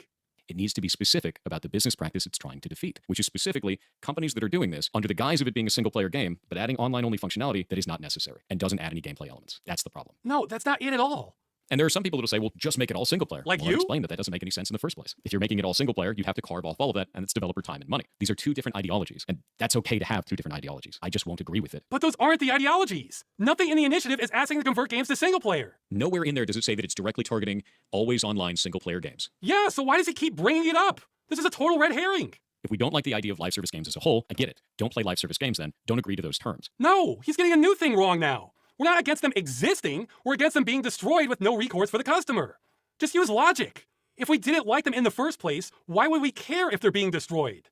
He says he gets it, but he doesn't. Let's talk about the actual bad business practices. In the case that a studio is making a live service game, and they sell it to you as a product, they say that you are purchasing the game, or you are buying the game, when in reality you're actually purchasing or buying a license to that game, I think that we should be fighting about that. The initiative is not trying to call that out specifically. It's trying to say that all games need to stay in a functional, playable state. Yes! Which is not calling out the language that is being used to manipulate the player. Call that out specifically. Okay, I don't know if he's doing this intentionally. I'll be charitable and assume he's not. But this is some serious obfuscation. He's complaining that the initiative isn't focused on another topic he made up. I mean, what is that logic? Hey, the initiative doesn't address how Capcom changed the look of Dante in the Devil May Cry reboot either. That may as well be what he's saying there. I am not aware of a game on the planet with a license agreement that says you are not buying a license. Our problem is not with licenses failing to inform people. Blizzard says they can take away your purchase for no reason. That sounds pretty clear to me. Our problem is those terms are so hostile to consumers and the medium that they should be taken off the table entirely. This needs regulation. Forget video games. If you look at basic commerce for hundreds of years, when you paid money, you either got to keep what you paid for, or if it was a service, you were told when your access ends. The vast majority of online-only games do neither of those. The games industry is trying to upend basic commerce. I think you have to go back to feudalism before neither of those things are true. Why even have consumer laws if you have no rights? If you try to tell me that every studio needs to run their live service game indefinitely or not want to run one at all, then no one's going to run them. Oh no! He wheeled out that line about publishers having to support the game forever. He was literally watching the video earlier where it says it won't do that in big letters. That wasn't enough. We just can't stop gamers from going there, even when we spell it out. I admit, guys, this part hurts. To see the biggest voice on this issue get it wrong again and again and again, then put that same wrong information on blast to a far bigger audience that we can reach. It hurts. He doesn't get it. He doesn't understand what we're asking for. Now, to be fair, it sounded like he was getting a little closer in this video. Yeah, despite being called 2, it's at least the 4th video he did on this. You want that to stay in a stuck in the functional couch. state. That means the devs have to release either server binaries or somehow carve off the game to be a single-player experience now. That's better, but he's still talking about converting the single player right to the end. He never completely got it. So Pirate Software did not understand the initiative. Maybe still doesn't. That means the majority of his critique is about things it would not do, like kill all MMOs. If that passes, enjoy never playing an MMO again for the rest of your life. And taking away from every other person that plays MMOs. It really wouldn't. And I've explained why in that video, but the short version is companies would have to stop liking money for that to happen. Lots of money. But his number one criticism is that he thinks the initiative is vague. Incredibly vague. Too vague. Very vague and vague. It's vague. It's vague. That is vague. Too vague. Vaguely written. Vague. Incredibly vague. Vaguely worded. Vague. Vague. Vague. This is vague. This goes on. Well, from Thor's perspective, his logic is pretty sound for this part. But the thing about logic is it's only as good as your assumed truths. And he said multiple times now that he... All right, real quick. Let me... I need to get her back situated, guys. So let me actually... what should I do here? Because I could just continue to let... I could just continue to let it play. But I don't want to like abuse the content either. Because again, I think we were having a good conversation. I think there's multiple points to be made. But let me real quick... let me see if I can throw up a be right back thing here with some music. Let me see. Give me one moment, guys.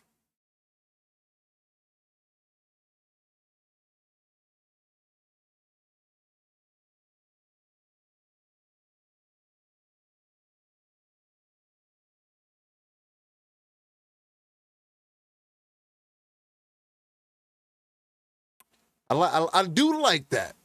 I do like that screen. I don't have a screen set up for the times where I'm not live. So here, hold the kitty. I gotta finish. I gotta come back and fix the living room for you. Real life, man. Real life is always going on behind the scenes. This is what I'll do. I'm gonna go to this. I'm gonna go to this main screen here. It's just a intro screen kind of thing. And the music's going to play for a bit. Hopefully it's going to be live split screen music. So hopefully that's good for y'all. And then I'll be right back.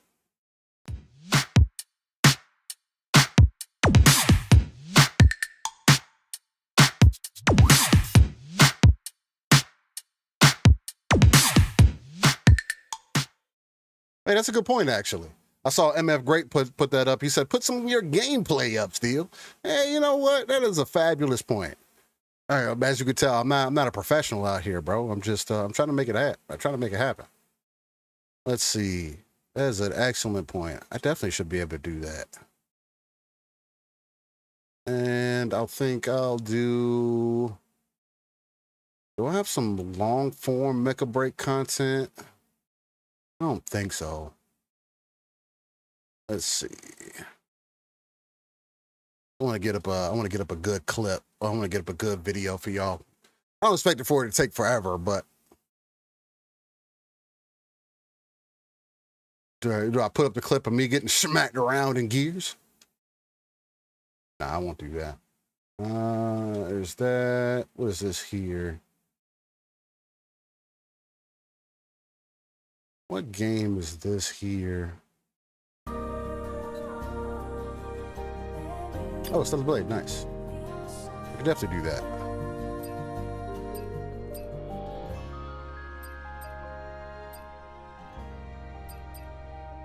And boom. And what I'll actually do is I'll put it on top of everything,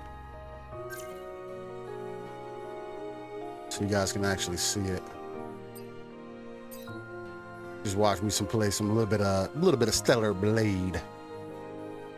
And then what I'll do is I'll add a be right back.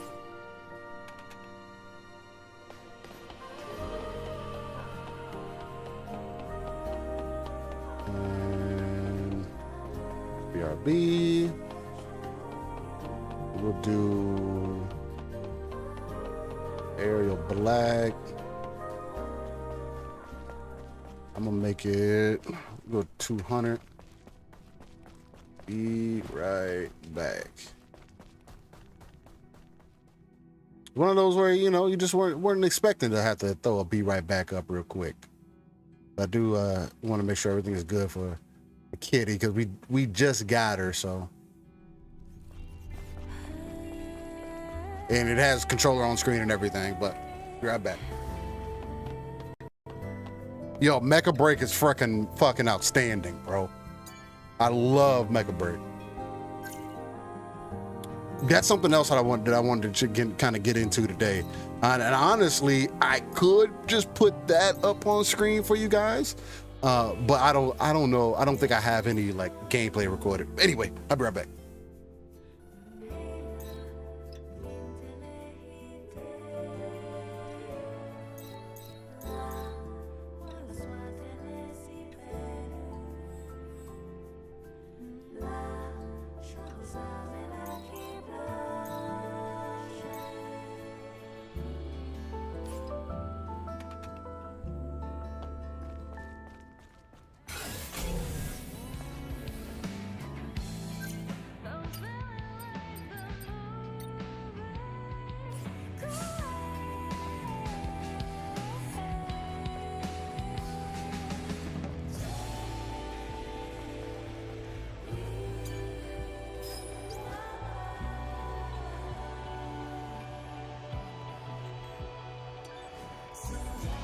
So sad.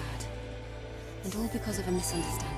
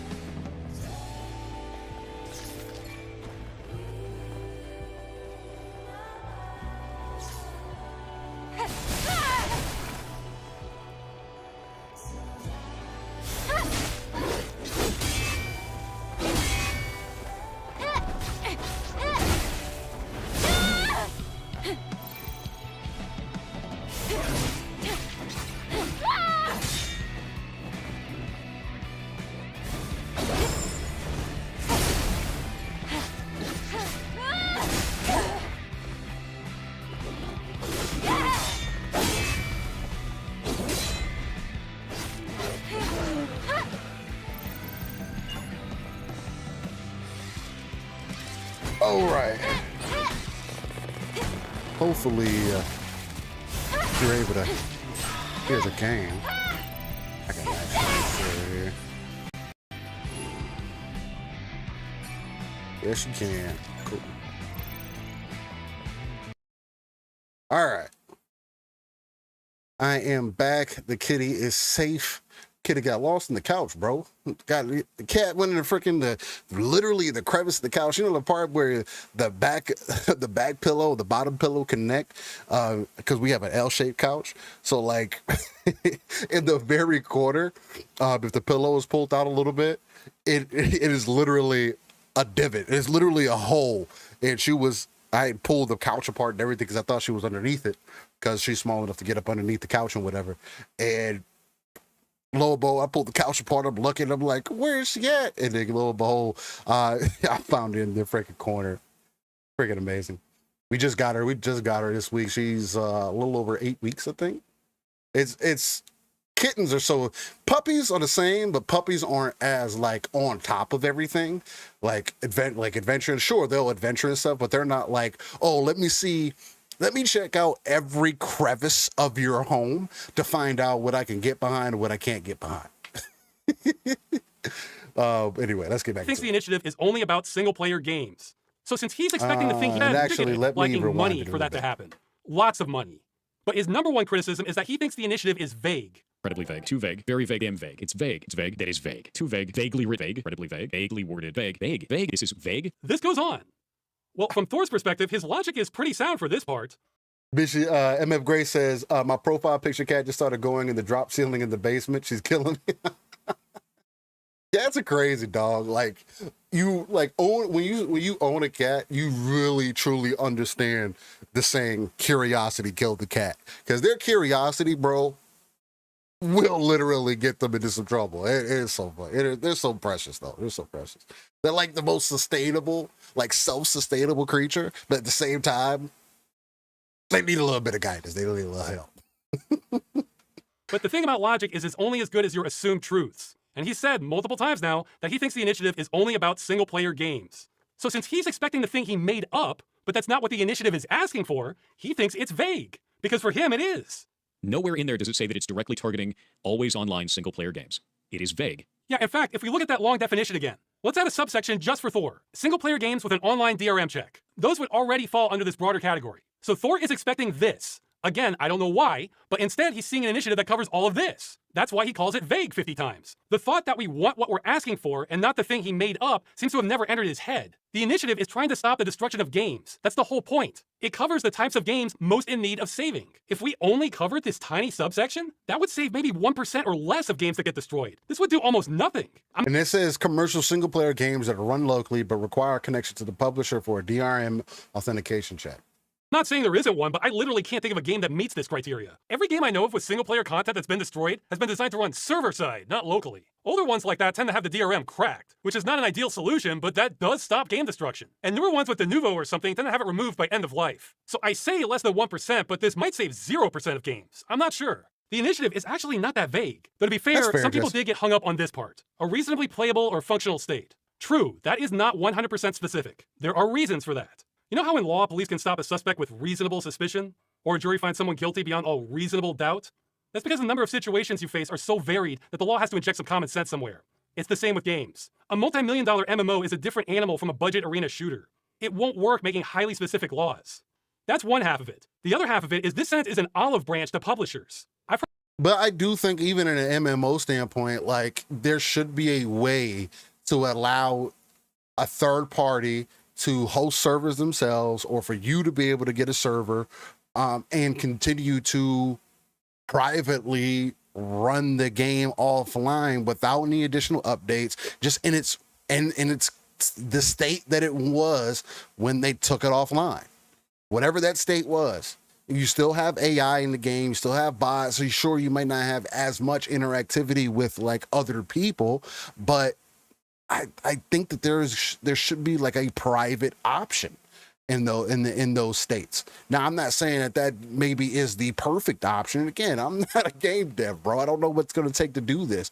But if I ever created an online game, I would want my game to still be functional in an offline state in the case that somebody may not have the internet. I would want you to be able to connect to the internet one time, and if I decide that a decade later that, hey, I can't support the service for this anymore, or we're moving on to a different product, whatever the case may be, that I still give you, say, hey, this is the end state of the game. If you choose that you want to still play this game after this point, it is completely up to you. It's going to be running off a private server. Find the private server for that, whoever's willing to host it, however that goes into. Now, whether that starts leading into, oh, well, we're going to need access to the code, all these other things, yeah, that is a conversation that needs to be had, because I don't know if necessarily just giving people code for them to have access or whatever, or be able to do whatever needs to be done to run the game offline is essentially ideal either, because it's still people's intellectual property. We know that people can use things in a negative state. In a standpoint, reverse engineer the game and release their own version. I don't think that should be. I don't think that should be a worry, because these big publishers should be more of the ones that are like, you can reverse engineer whatever you want. You don't have the you don't have the team that we do, which I think indie devs are proving to be, especially nowadays, with all the tools and stuff that is available to them. They're proving that, hey, we don't have to per se do it the way that y'all do it. And it's additionally proving that maybe y'all have too much mess going on behind the scenes because of us running a tighter ship, we're able to get more done. We're able to focus more. For complaints, this isn't specific enough. Okay, but you know what the alternative to this would be? Here, I'll show you. The game must be fully functional and contain 100% of all features as advertised. So as a publisher, which requirement would you rather meet? More importantly, this sentence shows the EU Commission that we're acting in good faith and trying to find a balance. I think some of the people asking for this to be more specific may not realize what they're asking for. I know some won't believe this, but a hell of a lot of thought went into the wording of the initiative. I think it's almost perfect. See, the initiative isn't even a proposed bill, it's a negotiation. Our side says we want games to be functional when publishers end support, so they need end-of-life plans. The industry's position is going to be against whatever we write, and claim they need no regulation whatsoever. Then the EU Commission gets to decide who is more in the right here. The Citizens Initiative is the opening arm. Yeah, publishers going with the side that no regulations are needed and everything is fine, or just it doesn't need to be further regulated. Like, again, you might as well just slap the consumer in the face and tell her, like, you're just going to buy our stuff and you don't need to care about any of that extra stuff. Offer in these negotiations. Trust me, the industry worth hundreds of billions of dollars will make its position known to the EU. We don't have to make their case for them. So for this negotiation, simple is good. That's why we're straight and to the point for what we want. Then the industry will argue against that. Then the EU Commission might look for compromises. You don't start a negotiation with a bunch of compromises, because then it'll get so watered down you won't save anything. Oh, and that long definition list are actually logical extensions of the simpler language used in the initiative. It's actually kind of slick. Plus, there's a character limit on these things. The EU Commission doesn't want you trying to cover 50 edge cases at this phase. Alright, so Pirate Software did not understand the initiative. But point two, he also did not make it easy for the truth to get out. I had never heard of him prior to all this, but during the campaign, I had dozens of people contacting me, telling me how wise and reasonable he is, how he's really pro-consumer and represents developers. I should really talk to him. Great, let's do it. So this was my first encounter of him. Oh shit, now this is actually really dumb. It's used car salesman garbage. This is shit. It's shit. Not only do I not want to back this, I'm going to actively tell people not to. That is awful. That is a horrible goddamn direction. That's awful, dude. No, eat my entire ass. The level of stupid that I just had to receive was like sitting on Twitter for 12 hours. This shit sucks. That's a really stupid ass move. That's an incredibly stupid ass move. I think this is ass. This is complete garbage. All of this can eat shit then. I dropped the mask entirely. I have no qualms about that. They can eat my entire ass. The whole thing. That sounds stupid as shit. Yeah, he went kind of hard there. Increasing number of video games designed to rely on the server publisher controls. How are publishers destroying games? An increasing number of video games are designed to rely on the server the publisher controls in order for the game to function. This acts as a lifeline to the game. When the publisher decides to turn this off, it is essentially cutting off life support to the game, making it completely inoperable to all customers. Companies that do this often intentionally prevent people from repairing the game, also by withholding vital components. When this happens, the game is destroyed, as no one can ever operate it again. Why should people care about publishers destroying video games? While video games are primarily just for entertainment and not of much consequence, the practice of a seller destroying a product someone has already paid for represents a radical assault on the consumer rights and even the concept of ownership itself. If this practice is not stopped, it may be codified into law and spread into other products for more importance over time, such as agricultural equipment, educational products, medical devices, etc. It is important consumers maintain a basic level of rights so as not to be overrun by predatory practices. Additionally, video games are unique creative works. The concept of destroying every existing copy of a book, song, film, etc. will be considered a cultural loss for society. While a less recognized medium, video games video games still deserve to be basic protections against the complete and willful destruction of many of its works. Which is funny. While a less recognized medium, video games is the number one form of entertainment. How does the number one form of entertainment have less consumer rights in it than anything else?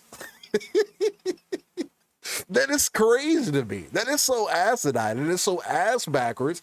And the publishers are deliberately saying, why would we give you guys ownership? Why? For what? What do you need ownership for? And it's like, because I bought it. You want to charge me more. You don't want to tell me, like when people defend the prices of things. Oh, well, back in my day, games were $80 to $100, and I just had to work my butt off to get that bread, bro. I don't know why you're complaining. You got all these other factors, bro. Inflation and, you got all the dollars kind of adding up. And it's like, bro, they're also not delivering as many physical copies. They're also have been deliberately removing the value that you had out of getting a physical game, whether it was art books or whether it was manuals, whether it was stickers, whether it was posters. There used to be posters and stuff in game cases that used to be super dope as far as a representation to get that game. Like that made you have, once I started noticing that I wasn't getting anything additionally in my case outside of a manual, I was like, what's the point of having a physical game? I liked having physical because of the additional things that you guys provided in here. Yeah, the manual is great. Maybe I want to frame the manual, whatever. But even if you're not even providing a manual, it's like, bro, why would I keep buying physical? And if I gotta download the game, bro, the first time that I got a game home that was physical and I had to download it to my Xbox 360, I was like, what's the point? I might as well just download the entire game and keep it digital. And that way I can just access it whenever I want. That's not quite how things work, right? So, E-Ranks says, feels like Pirate Software really went overboard with that take, but hey, that's YouTube. I mean, a lot of people go overboard with a lot of things, I think that's just humanity. People go to the nth level, right? Or they don't truly understand what the point was. Like in this case, if I was Pirate Software, I had his knowledge, his implications, all his criteria, I would have asked dude, like, yo, I think some of what you're speaking to may be crazy. Let's get in a chat. Let's get online. Let me bring you on. I see that you've reached out to other people. Let me bring you on and let's chop it up, bro. So I can really get an understanding of what you're trying to get across. And then maybe I could bring some of my points of contention up to you and say, hey, these are my issues. What are you really trying to get across? And then you can have a proper conversation, because at the end of the day, I would think that someone like Thor, as an example, at least from what I have observed, would care that somebody is trying to do something for the consumer. Again, it's also weird for people to get so caught up in all the nuances of things. Like, bro, not everybody has all the answers. Not everybody, people try their best to think things through clearly, and it shouldn't take for somebody to be extremely perfect for them to be able to get their message across. Like, that's the thing about the whole gray area side of thing that me and Paul talk about all the time. When you get into the gray area, when you get into the minutia of things, there has to be gray area in politics, religion, entertainment, whatever it may be, because it should not turn into, I hate you for thinking this way, you're an idiot because you feel that way, or, oh, I need to make this extremely personal because it's not, what you're saying isn't making sense to me. It should be like, nah, bro, I mean, maybe I don't agree with that, but I do agree with these things. Oh, hey, you know, I see what you're trying to go for, but I feel this way, you know?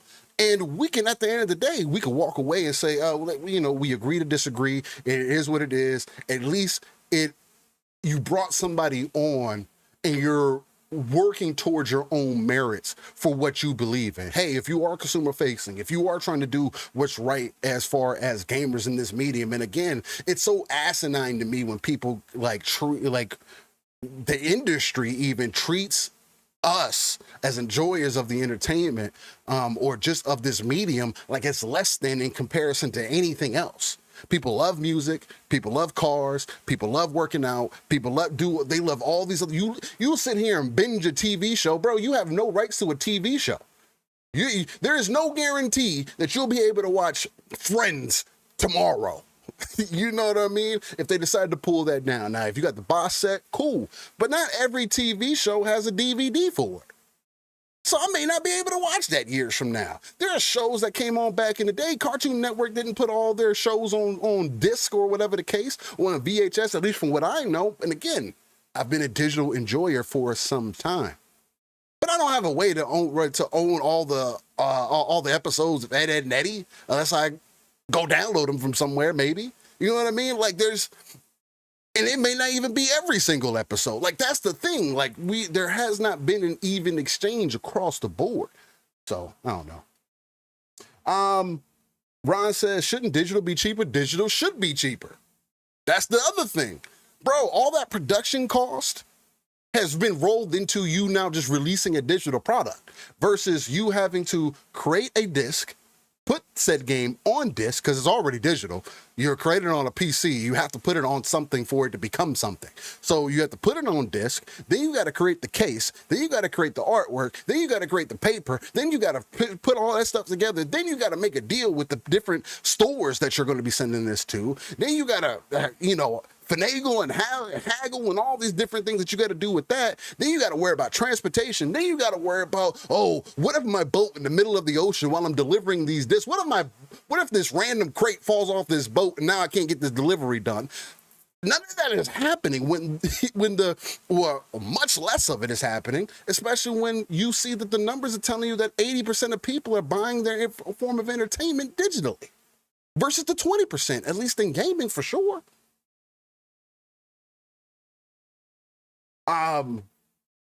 Let's see. Then it says, because it's still viewed as kids' plaything by legislators, and I think that's dumb. And because I think gaming has been beyond that, right? What else chat talking about here? E-Rank says, true, why not bring him on to interview him strictly from a content creation perspective? That would be a good idea. Never mind just getting to a person-to-person understanding. And that's the main thing. Like, I get, like, bro, the thing that I would never get is people being so fucked up online that they're not willing to have a conversation, right? That they're not willing to come to an understanding because of all these other people. And it's a true fact of life. If multiple people have fucked you over, again, let's do relationship. If somebody's fucked you over multiple times, it is very unlikely that you will entertain giving them more time on the back end, right? It's like you've tried and tried, you get to the end, and now this person want to give you time. It's like, bro, I don't want to give you no fucking time no more. Like, yo, girl, what are we talking about? You know what I mean? I see a lot of people get online and do the same thing, or get online and say, oh, well, your opinion is different from mine, so I hate you. I think you're an idiot. I think you're stupid. I think everything that you stand for makes no fucking sense. And it's like, bro, what do you mean? I never sat here and told you your opinion was stupid. I never sat here and said that I have to be the end all to be all. And maybe I don't have all the information, but I feel like as people, our objective should always be, hey, how can we help each other grow? Now, if that person doesn't want to grow, you see that they're a troll, whatever the case may be, hey, and you chalk it up for what it is. You don't have to reach everybody. The same way, not everybody got to tune in to Live a Split Screen because, I mean, we talk about games for 2 hours at the beginning of our show and then get into the news for the week, and we're spitting bars about things that we truly believe in. Like, this isn't it's not a makeshift thing. And I think that I believe for the genuine people that is their perspective. Hey, I'm just putting my ideas out there. I'm putting my thoughts out there. I'm just, that's why a lot more people are scary about getting online or just putting themselves out, because everybody's got to judge somebody. It's like, dog, I don't treat the janitor any different than I treat a millionaire. Point blank, period. You can have the biggest house on the lot, or you can have a 300 square foot home. It does not matter to me, bro. You gonna get the same love and get the same respect, the same admiration from me than anybody else. Are you supporting yourself? Are you supporting your family? Are you loving those around you? Are you walking around with a good heart? I'm not saying that you gotta love everybody, bro, or care for everybody. You don't. But damn, do I think that things are just worth a conversation. It's like, there's already enough hard conversation to have. You can't have a conversation about politics because everybody feels the way that they do. Point blank, period.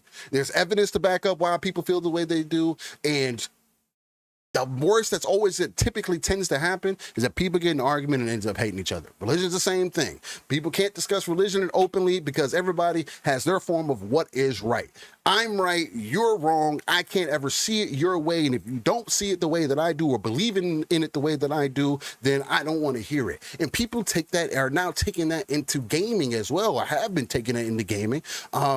And that's asinine to me too. They take it into sports, they take it into anything that you can have a liking, and there's an opposite side. People have to be, oh, this is the gospel, and if there's any other information out there, it can't be true. I don't want to hear it. You're stupid for believing in that. Like, dog, what are we talking about? Entire ass. The whole thing. That sounds I stupid agree. as shit. The government is lost on this topic. Oh, yeah. I can see why people... You can tell that the government's lost on the topic from how the FTC handlings were going. They don't know what the fuck to think. They thought Microsoft buying Activision Blizzard was going to give them monopoly over the industry. They were taking Microsoft to task for doing things that they hadn't done in 30 years. So on 20 plus years. It's like, bruh, what are we doing? You're making me make concessions for things that aren't even proven. Oh, the cloud. Oh, you need to get your cloud infrastructure and bring it over to Ubisoft so we can get this deal going through, because you're going to have a... It's like, what? NVIDIA is smoking y'all's boots with GeForce Now. So is that the thing that you need to be worried about, or they're just trying to give people more options? Like, they don't even know what's best for the consumer in this happenstance, in that happenstance. It's crazy. People like him. It's like listening to Mr. Rogers. As you can imagine, we've been less than thrilled that Thor here has become the dominant voice of the campaign, especially when he doesn't understand it.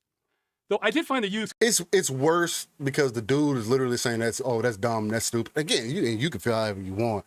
I just think that maybe you should lift up the blinds, pull back the curtain a little bit, especially when it comes to game preservation or just prevent preservation of anything, or when somebody's trying to do something that they feel is right for the consumer. Again, I'm not saying that every person has the right idea, but somebody that's been trying this hard, I think it's worth, hey, maybe I should do a little bit of research. Hey, maybe I should find out what the true intention is. Hey, maybe I need to actually see why this person feels as passionate as they do about this topic. Hey, again, like I mentioned earlier, maybe I should bring them on board and say, look, this is the problems that I have with what you were saying. This is the negative impact that I think that it will have. And I see that you've been trying to do ABC things. I see that you're trying to get this message across. What are you really trying to say? And let them explain themselves on a large platform. And you can either choose to embarrass yourself, if that you end up embarrassing yourself, or that person ends up backing down, and maybe y'all end up coming together with a solution in that same stream of something that could be extremely possible. And now then you introduce millions, potentially, at least 100K people, at least, of, hey, this is what's going on. This is what we're thinking. This is what we're trying to get behind. What do you guys think? And then more people can try to provide input. Hey, this is how we think. That's how we enforce change. That's how we figure out what is the best route. It shouldn't just be up to one person to define whatever the future route is for us. In anything. MF Great says, the fact that they didn't try to cap Game Pass prices or regulate it is nuts.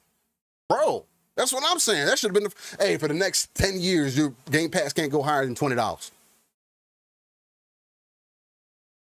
Too bad, too sad. You want to make this deal go through? This is what we need to do. That'd be the easiest thing. Let them decide what's going to work for them or not. Then MF Great says, constructive criticism goes a long way for conversation. And that's all this should be. Constructive criticism should always be okay. Personal attacks, doxing, whatever the next levels are, that's not the direction that we're trying to go, bro. Like, that's not what we're trying to get into. We're trying to have a constructive conversation and figure out what is the best route to move forward. And if you just don't believe in what I'm doing, then you don't. But that's why I think, again, this is why people feel that the way they do about how Pirate Software is approaching the situation, right? Again, it's about how you, it's not always what you say, it's how you say it. Car salesman part amusing, since if people could read my mind, they would understand how much I dread anything resembling sales or marketing or just trying to push things on people who aren't interested in them. I'm not exaggerating when I said I've hated having to run this campaign. This is the most uneducated take I have ever seen in games. Now, as for that one, I do have a bachelor's in criminal justice, which might explain why I'm coming at this from very different angles than he is. Focusing on people having rights and checking what consumer law actually says rather than what's most convenient for publishers. It makes sense. Though I think I know where that comment is coming from because I've gotten it before. Here's what I think is happening.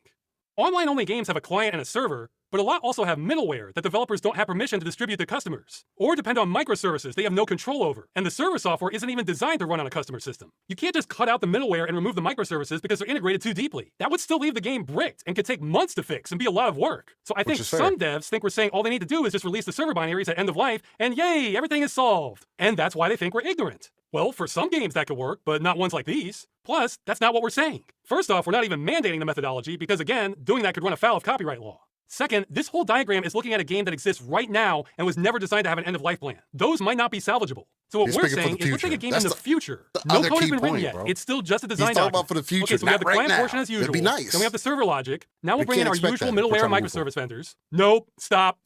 Now, the EU says we can't just brick customer purchases like we've been doing if we want to sell our games there. So that means we can't keep making all these same deals the way we have been. Now we need to renegotiate with the vendors to allow for an end-of-life build with their software, or redesign things to make the microservices easier to sever at end of life. And vendors probably will renegotiate. Otherwise, they'll start losing sales to everyone who wants to sell games in the EU. But say a vendor refuses anyway. Then we need to go with vendor B, who will offer EU-compliant solutions because they will be happy to take money away from their competitor, vendor A. Or maybe we need to abandon one of the microservices altogether and come up with an in-house alternative that is compatible with an end-of-life plan. And if the server can't run on consumer hardware, well, maybe now we code it in a way that's more versatile and can be compiled to run a stripped-down version with less features for the customer machine at end of life. Or hey, if that's not doable, then we scrap that, but still give customers some form of server software at end of life because now we've planned for this, and inform them it requires specialized hardware, and they're on their own for getting it working. And these are all just suggestions. The publisher will get to decide how they want to comply. Thor is not alone in developers trashing what I just said. I don't know why, but some of the nastiest insults I've received on the entire campaign have been when I try to explain this is what we're asking for. This part in particular triggers some people to no end. That video made me actually mad. Like real mad. Not like fake memes mad, like actually mad. Like I'm actually mad. Upsetting people is not our goal, by the way. We actually want this transition to be as easy as possible for publishers and developers. However, we are... That's the thing that's weird to me. How are you mad about something that you didn't even have a genuine conversation with the dude with? Have a true understanding? Obviously, there's a disconnect. Bro, it's like some people that have all this intellect don't have a basic understanding of how to interact with people or or to try to get an understanding of a situation. And I get if you just deliberately don't want to have an understanding. I can't do nothing about that, and nobody else can do anything about you not being willing to have a conversation. But doesn't that say something about you too? That you try to speak against? That you don't like when people do that to you? I think it's something to consider. Are stubbornly against proposals that won't stop commercial games being destroyed. Because that's the whole point. Anyway, you heard Thor's comments for me. In light of that, I think I've been pretty diplomatic. I am just trying to get this initiative passed.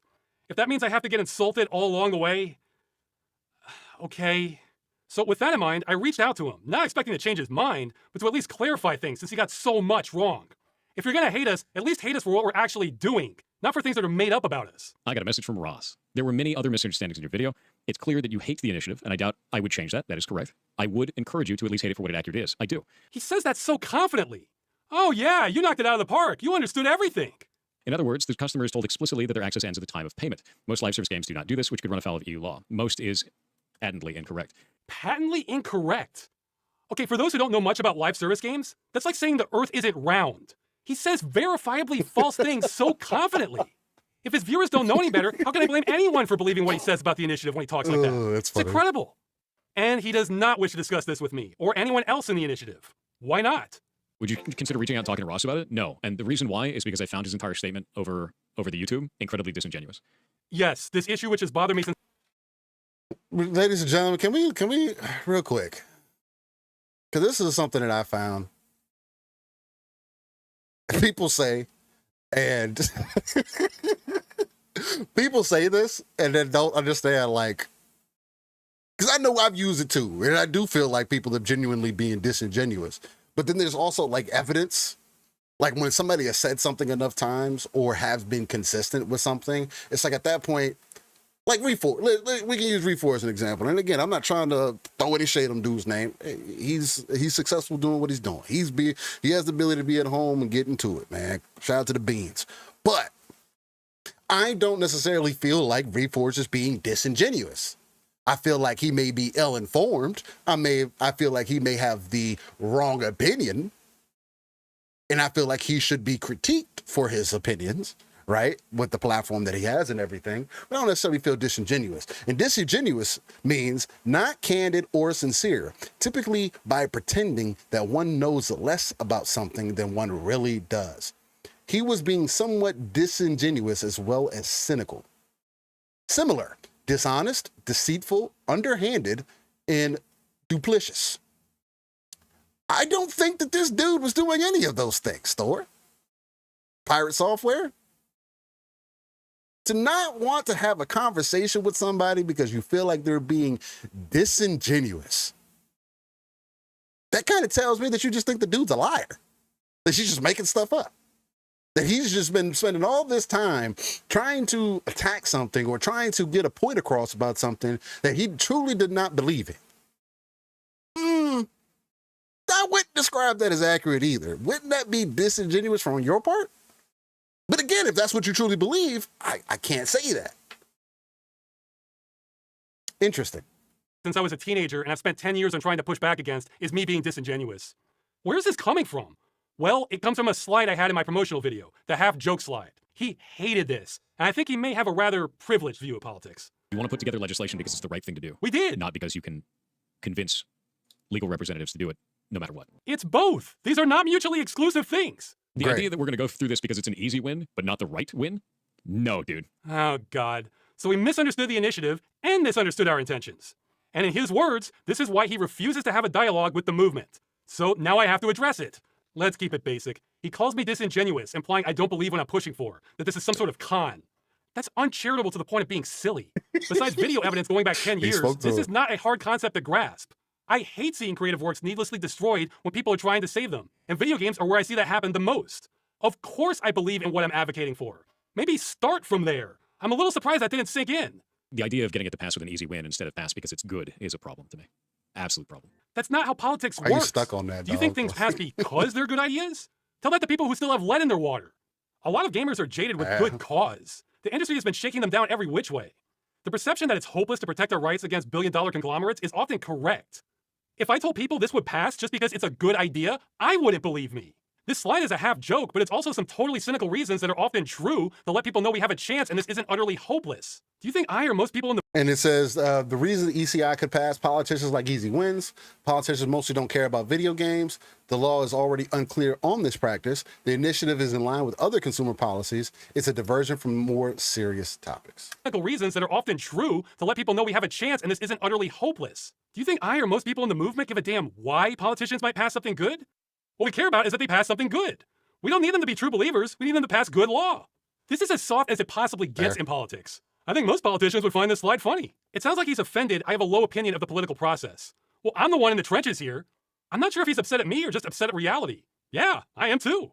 Anyway, he went on to delete my reply to him. Thankfully, someone backed it up, and I figured, okay, he hates this. It was thrust upon him by his viewers. I'll just leave him be. Well, that was a mistake on my part, because then he went on to make more videos about me and the movement, now reaching over 1 million views, still broadcasting the wrong information on us. I guess I'm being petty here, but this is alien thinking to me. Why would you call someone out, then run away from a conversation with them when they say there's a misunderstanding, but then go on to make more videos calling them out? Sir, that is not gentlemanly behavior. All right, I know this is going on too long, so I'll get to the final point. Thor misunderstood the initiative, misunderstood our intentions, and misinformed a lot of people about both. But the irony is, I think he would have hated it even more if he did understand it. Because first, he doesn't see any of this as a problem. Gaming isn't in need of saving. No, it's not a form of planned obsolescence. It's called the game no longer being profitable and we turn it off. No games are being destroyed here. These are live service games. Yeah, you heard him. No games are being destroyed. Does he just say anything? Is that why he's popular? More to the point, and what I wish he included in his main video, is he supports games being destroyed. A very strange demand from people in the gaming industry where live service games should live forever, whether in the hands of the developer or otherwise. And I can't get behind that shit. I think live service games getting sunsetted is fine. I've always thought that. And that's okay. There's nothing wrong with that. There's nothing wrong with that at all. I have no problems with the end of a video game. See, I wish... I have a problem with the end of a video game. I do, as a consumer. For something that I paid for an example, Black Desert Online, right? I fully understand that Black Desert Online is a massively multiplayer online game. And the main premise of the game is it being massively multiplayer online. That's not to be said that if there was a end of life process or something that you could do or just an end of life consideration, that there couldn't be a single player version of that game, right? Because arguably, outside of the market, which is an integral part of the game, not saying that that couldn't be, again, that would all be things that would be rolled into that end of life, right? Hey, these are the things that you can get now. We're not going to change anything else about the game, but you can still go grind areas. You can still, and mind you, you do have to connect to a server for these things. But if somebody had the access to maintain a second or a third party server that you could still connect to, although it be a third party, and you as the consumer have the understanding that, hey, this game is no longer being supported by the main publisher. Therefore, if I run into spyware issues, if I run into hacking issues, if I run into whatever the case may be, that is going to be fully on me. I am getting what I can out of this experience. I am playing it for what it is. I am somebody that has spent hundreds of dollars on Black Desert Online since 2017, right? It would be sad to know that I can no longer access the content that I purchased, cosmetics, whatever the case, storage, whatever the case, after that game goes away. It would be sad. It would be unfortunate. I would feel some type of way. But I can't just ask that of them now, because that's not how it started. That wasn't part of how you built this game. You didn't have to take that into consideration. Things have been the way that they have been. So when you reach end of life, that's just going to be end of life. Again, I don't think that that's a perfect scenario, but I am finding it hard to see ways that it would not be beneficial to the consumer to give them a way to still access the content that they paid for. Point blank, period. He started his big YouTube video with that message instead of deleting it. Instead, he presented himself as pro-preservation and not wanting the medium to die out. It's incredibly important to me that we keep making games and that the next generation has the tools to do so their medium doesn't die out. And it never will. And that's the whole intention of all of this. So he doesn't want games to die out, except he's fine with that. I think there's some cognitive dissonance going on there. And he's against killing single-player games that only have a DRM check, okay? But then says people who buy single-player games with more than a DRM check are stupid, and he doesn't play those. I don't buy games that are always online single-player games. I refuse to play those because it's stupid. That's some tough talk coming from a fan of Diablo 4. It's actually really freaking good, dude. The game's fantastic. Itemization is great. Systems design is great. Storyline has been fantastic. The characters are good. The voice acting is great. So is he saying he wouldn't have played Diablo 4's single-player campaign if it didn't have forced multiplayer also, even though he's praising it and appears to be playing solo? Yeah. Or is he saying that people that just wanted to play Diablo 4 single-player are stupid? I admit I got lost on his stance there. He's cooking. What's more clear to me is we're not on the same side. Here's a list of some popular games that are all at risk of being destroyed at some time in the future. The Stop Killing Games movement sees any of these being destroyed as a problem, and they're exactly the kinds of games that would start being protected if the initiative passed. Now, a lot of these do have single-player campaigns, but I believe they all require more than a simple DRM check. He says over and over that his problem with the initiative is the wording, and it's vague. But there is no wording he would like that also saves games like these. If it has a single-player component, you have to I should still be able to access that single-player component moving forward. There's no excuse for that. Whether I gotta say, hey, end of life, your saves are now going to be local to your machine. Okay. I mean, at least I have that understanding, right? At least you give me that option. If something happens to my local save, I am no longer going to have access to said character, but it doesn't mean I don't have access to the game anymore. Because he's on the opposite side of this. If he's totally fine with games like these being disabled forever, well, guess what? That's the position of the industry causing this entire problem in the first place. And that's the final point. Thor says he disagrees with how we're going about trying to end game destruction, but he also disagrees with the goal itself. No, wait, I want to be fair. He's only against 99% of it minus that tiny provision he made up. So once you understand that, then of course it makes sense that he's against the Stop Killing Games movement. Because we're trying to stop killing games. Now, if you're in Thor's camp and think killing all these games is fine and are as things should be, okay, then it's just a values clash. And look, as I mentioned, Black Desert. Yeah. Again, if it has a single player component, there should be a way for me to still access it. And yeah, you'll hate the initiative too. I'm not trying to tell you otherwise. But if you think you might have been misled about what the initiative is, hey, maybe look at it again. Tell others about it. Help undo some of the damage. There is still time. It closes July 31st. Thor lying about what the campaign is about, remember, second definition, has caused more damage to it than anything else I'm aware of. Now, I've heard some people say, no, it caused a Streisand effect and led to more coverage. Well, if you look at the signature rate, it suggests the opposite. I've also been told a big streamer, like in that group I mentioned earlier, you know, the kind that are so big they could end this, avoided talking about Stop Killing Games because of Thor's take on it. Remember, at the time he did this, Pirate Software was a well-respected developer looked up to by the internet community for having good takes on gaming. And I was, and still am, the weirdo with no credentials other than not wanting games destroyed. So with Thor being seen as the smartest guy in the room and firmly against the initiative, I think that led some internet figures to not want to touch this, lest they be seen like a fool in the eyes of Thor. Now, as I understand it, that risk may have lowered since then, but it doesn't really matter if nobody else talks about it, because he was there to kill the momentum when we needed it the most, and we never got it back. Okay, that's it on him. I did not enjoy having to do that segment, but I've had to do a lot of things on this campaign I don't like. Believe it or not, my goal was not to tarnish Thor's reputation. That's incidental. I don't care. He can be hailed as a national hero. Whatever. Yeah, again, like, people can feel how it's not about the right or wrong side in this, although it's kind of blatant that one side is being way more critical and not even taking in consideration of what the future can hold. It's like, I mean, you're contradicting yourself. You believe in game preservation, but you want new games to be made, but you also believe in ending games. Well, games can't last forever. So we can't come up with an option moving forward. Not saying that all these other games have to do this, because we get that that wasn't something that was considered or built in from the very beginning. But moving forward, we can't ask these publishers to make sure that, hey, my purchase for said product is my purchase for that product. I should be able to access it 20 years from now offline, off of my hard drive, download, play the single player experience, and enjoy it for what it is. The goal was to expose the damage done to the campaign to try and fix it. I do think he's someone who would have defended the divine right of kings hundreds of years ago, but I don't wish him ill will. On the contrary, MF says, very cool you covered this. Hey, man, you know, I wanted to do something different. I was going to watch it anyway, because, again, prepping for the show, it is going to be a topic. It's going to be very interesting to get Pong's thoughts on it as well. I do think that me and Pong are probably going to end up being consistent about how we feel about this take. Because, again, we've mentioned on Live Split Screen, 9 a.m. Central, 10 a.m. Eastern, 3 p.m. UK time every Saturday morning.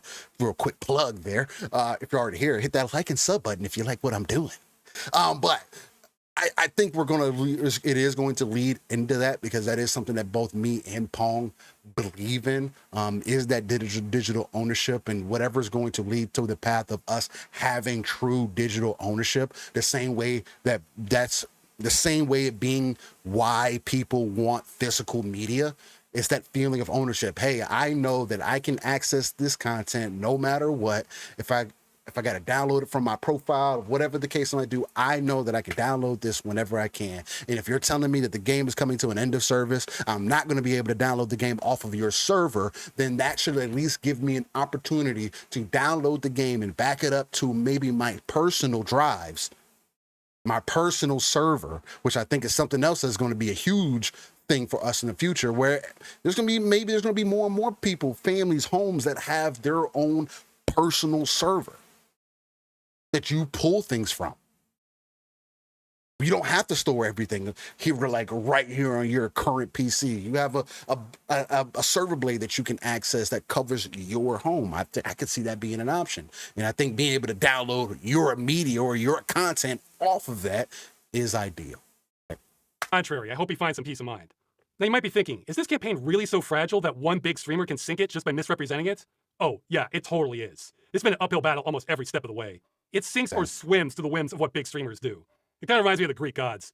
That part about easy wins, that's for the politicians, not us. Ours are hard as nails. There are reasons it took me 9 years before I was ever able to actually do anything on this. It's a miracle it's gotten as far as it has. Now, I've seen people ask, if the initiative fails, then what's next? I've tried to explain this before. There is no next. What's next was a year and a half ago with all those other things we've tried. We're at the final phase now. The European Citizens Initiative is our last possible chance to change anything. See, there are things governments and consumer groups are doing, and then there are things that us, the general public, are doing. And at that point, and I feel like essentially where he's coming from is, if he's been at it this long and it hasn't garnered the traction, or it hasn't caused people to step up at this point, then we're leaving it to our current regime and big corporations like a Microsoft to establish what that is going to be for the future. And people are already apprehensive, and people already don't know what you want as a consumer. You don't like big tech getting involved. You don't like big corporations to get involved. But then when smaller people try to speak up and say, hey, we need to look at things differently, it gets pushed down, and you get told that you're crazy.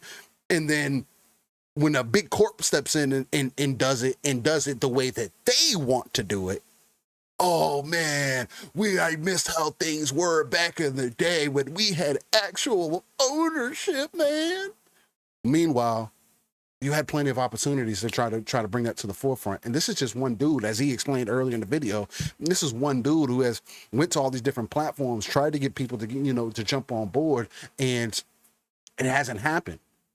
And that's because there's not enough bigger names that are consistent in this messaging. If you would have had a couple buddies behind them that were bigger streamers, constantly putting out there this, hey, this is what's going on, having a bigger conversation, if people truly understood, and maybe I could even be getting this entire thing wrong.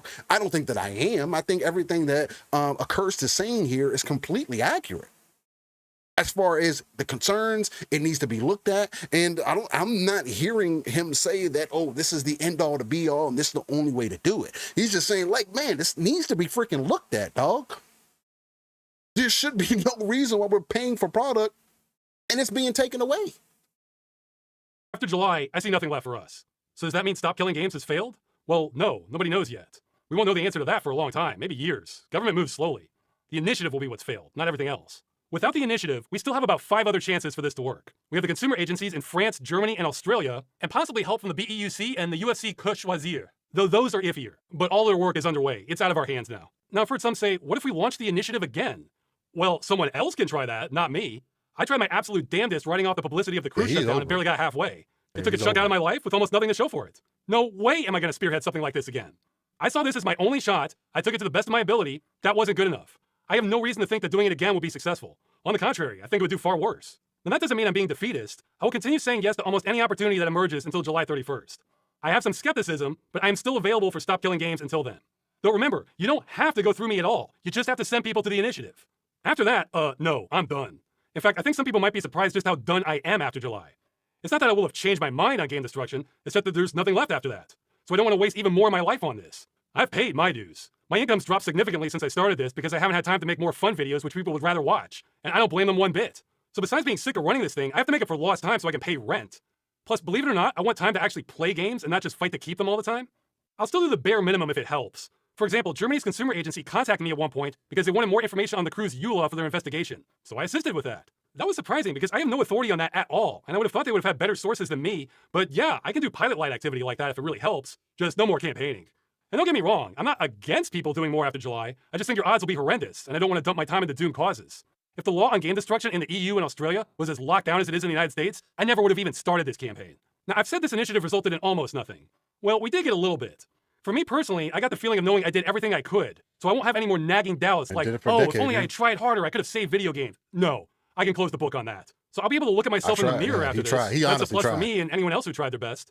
About the only other thing I think the initiative accomplished was we inadvertently saved 2 games. This is hearsay again, but according to an insider at the company, Ubisoft announced offline modes for The Crew 2 and Motorfest because they were afraid the European Citizens Initiative would pass and thought this might kill some of the momentum. Ironically, what's crazy about this is that why couldn't they have done this from jump? Why does it take some form of legislation? Why does it take for people to be in an uproar for you to even consider this to be an option? Like that is his entire point. We have to wait until things become something have to do with law, or you can get into some serious trouble because people are questioning, for you to just do the thing that was probably right. I don't think they needed to have bothered. We were already losing momentum when they announced that because, well, you know why. But not killing games is the whole point of this, and I guarantee you Ubisoft had no end-of-life plans for those games prior to this movement. They were absolutely slated to die. Now, if I could have picked any 2 online games to save, I can't say those would have been my choices, but that is something tangible that the initiative changed. Assuming Ubisoft isn't lying. At the time of this video, they still haven't delivered on it yet. So is that it? Is that all the initiative accomplished? Well, without the signatures, sadly, yes, I think so. Now, some people might say, no, we did more than that. We shifted the narrative. So what? My only goal with this was to stop games from being destroyed. All the talk in the world won't fix that without action. Without the initiative, any victory we get is going to come from one of these 5 paths we opened up. Speaking of which, what should we expect from that? I honestly don't know. I give all of these coin toss odds. I do think it is highly, highly likely Ubisoft is going to get fined for something by more than one agency. Don't take my word for it. German channel WBS Legal thinks the same. The problem in their eyes is that Ubisoft shut down The Crew with only 3 months notice, and they should have provided more like 2 years. Yeah, hear me now, quote me later. If all that comes from stop killing games is companies in the EU need to give 2 years notice before they shut down a game, then I will consider it an abject failure. It won't save games, that wasn't our goal, it'll piss off companies, everybody loses. But that's the risk of making this work under existing law rather than proposing sensible law under the initiative. Fingers crossed the agencies make a better decision than that. Now, since this is a wrap-up video and I don't know what the outcome will be, I might as well present both scenarios. First, if we win and have a clear victory through one of these avenues, oh boy. If I think I have threats and hate mail now, I bet I haven't seen anything yet. I'd like to say whatever happens because of these avenues, we didn't write them and never had any authority here. All we could do was report the problem. The European Citizens Initiative is what was written by the movement, and that's what's failing. Now, for people who want my head over this, I doubt they'll care, but I wanted to point that out. I'll say right now, the transition could be bumpy. It all depends on how hard the industry fights it. And yes, it's possible it could end some games on death row prematurely. So games that were designed to die could still die, but after that, almost all games would start being protected. Because I know there's some clown that's going to find one example of a game shutting down early and then use that as proof that enforcing the law is bad, even though the industry is going to kill it anyway. That's the logic I'm expecting. So there could be bumps, but give it 3 to 5 years and it will smooth out, become an industry standard, and then you'll have people who were against it claiming they were for it all along. Hey, remember how there were people speaking out against letting customers refund games before 2014, and they're kind of quiet now? I do. I think it'll be a lot like that. So that's if we win. If we lose, in other words, all 5 of these avenues get shot down, well, then things are going to be almost exactly like they are right now. Except then there will be no pretending we have consumer rights. If you're a gamer, it will be codified into law that you're a consumer chattel who doesn't deserve to keep what you buy. Or if you're renting, informed of how long you get to rent. Such a crazy concept. So, cool. The games industry brought back one of feudalism's greatest hits. Now, even that reality I consider preferable to what's going on now, because then we at least know we're legally screwed. Besides the obvious, what drove me crazy about this issue and the reason I started this campaign was because in many countries, no laws were ever passed on this. Nobody voted on this. Companies just started taking away your purchases. Nobody stopped them, and it slowly got normalized. It's felt like a coup. Yeah. So the idea that hundreds of games were being destroyed just because we're letting it happen drove me up the wall. Thing. If we're screwed, let's be told that to our faces and not have all right, this is right here, pal. Let's drop into this one. This is from Moist Critical Penguins 0. We'll jump into this one as well. Let me go ahead and grab the link and drop that into the show here real quick, because I want to make sure that everybody gets their just dues. It was a good one, man. I think that was good stuff. I mean, again, he hit on a lot of important points. Nothing that I necessarily disagree with, and I think it does deserve more attention, man. It's a reality that's coming up a lot sooner than we can expect. The biggest reason I'm bringing this up because he is somebody that has a lot more reach. Again, this video was just put up a day ago and has already over 2.5 million views. It also has 16.9 million subs. So let's see what Moist got. Tough guy. You feeling lucky? Yeah, that's right. Spirit Fingers. Do you know why?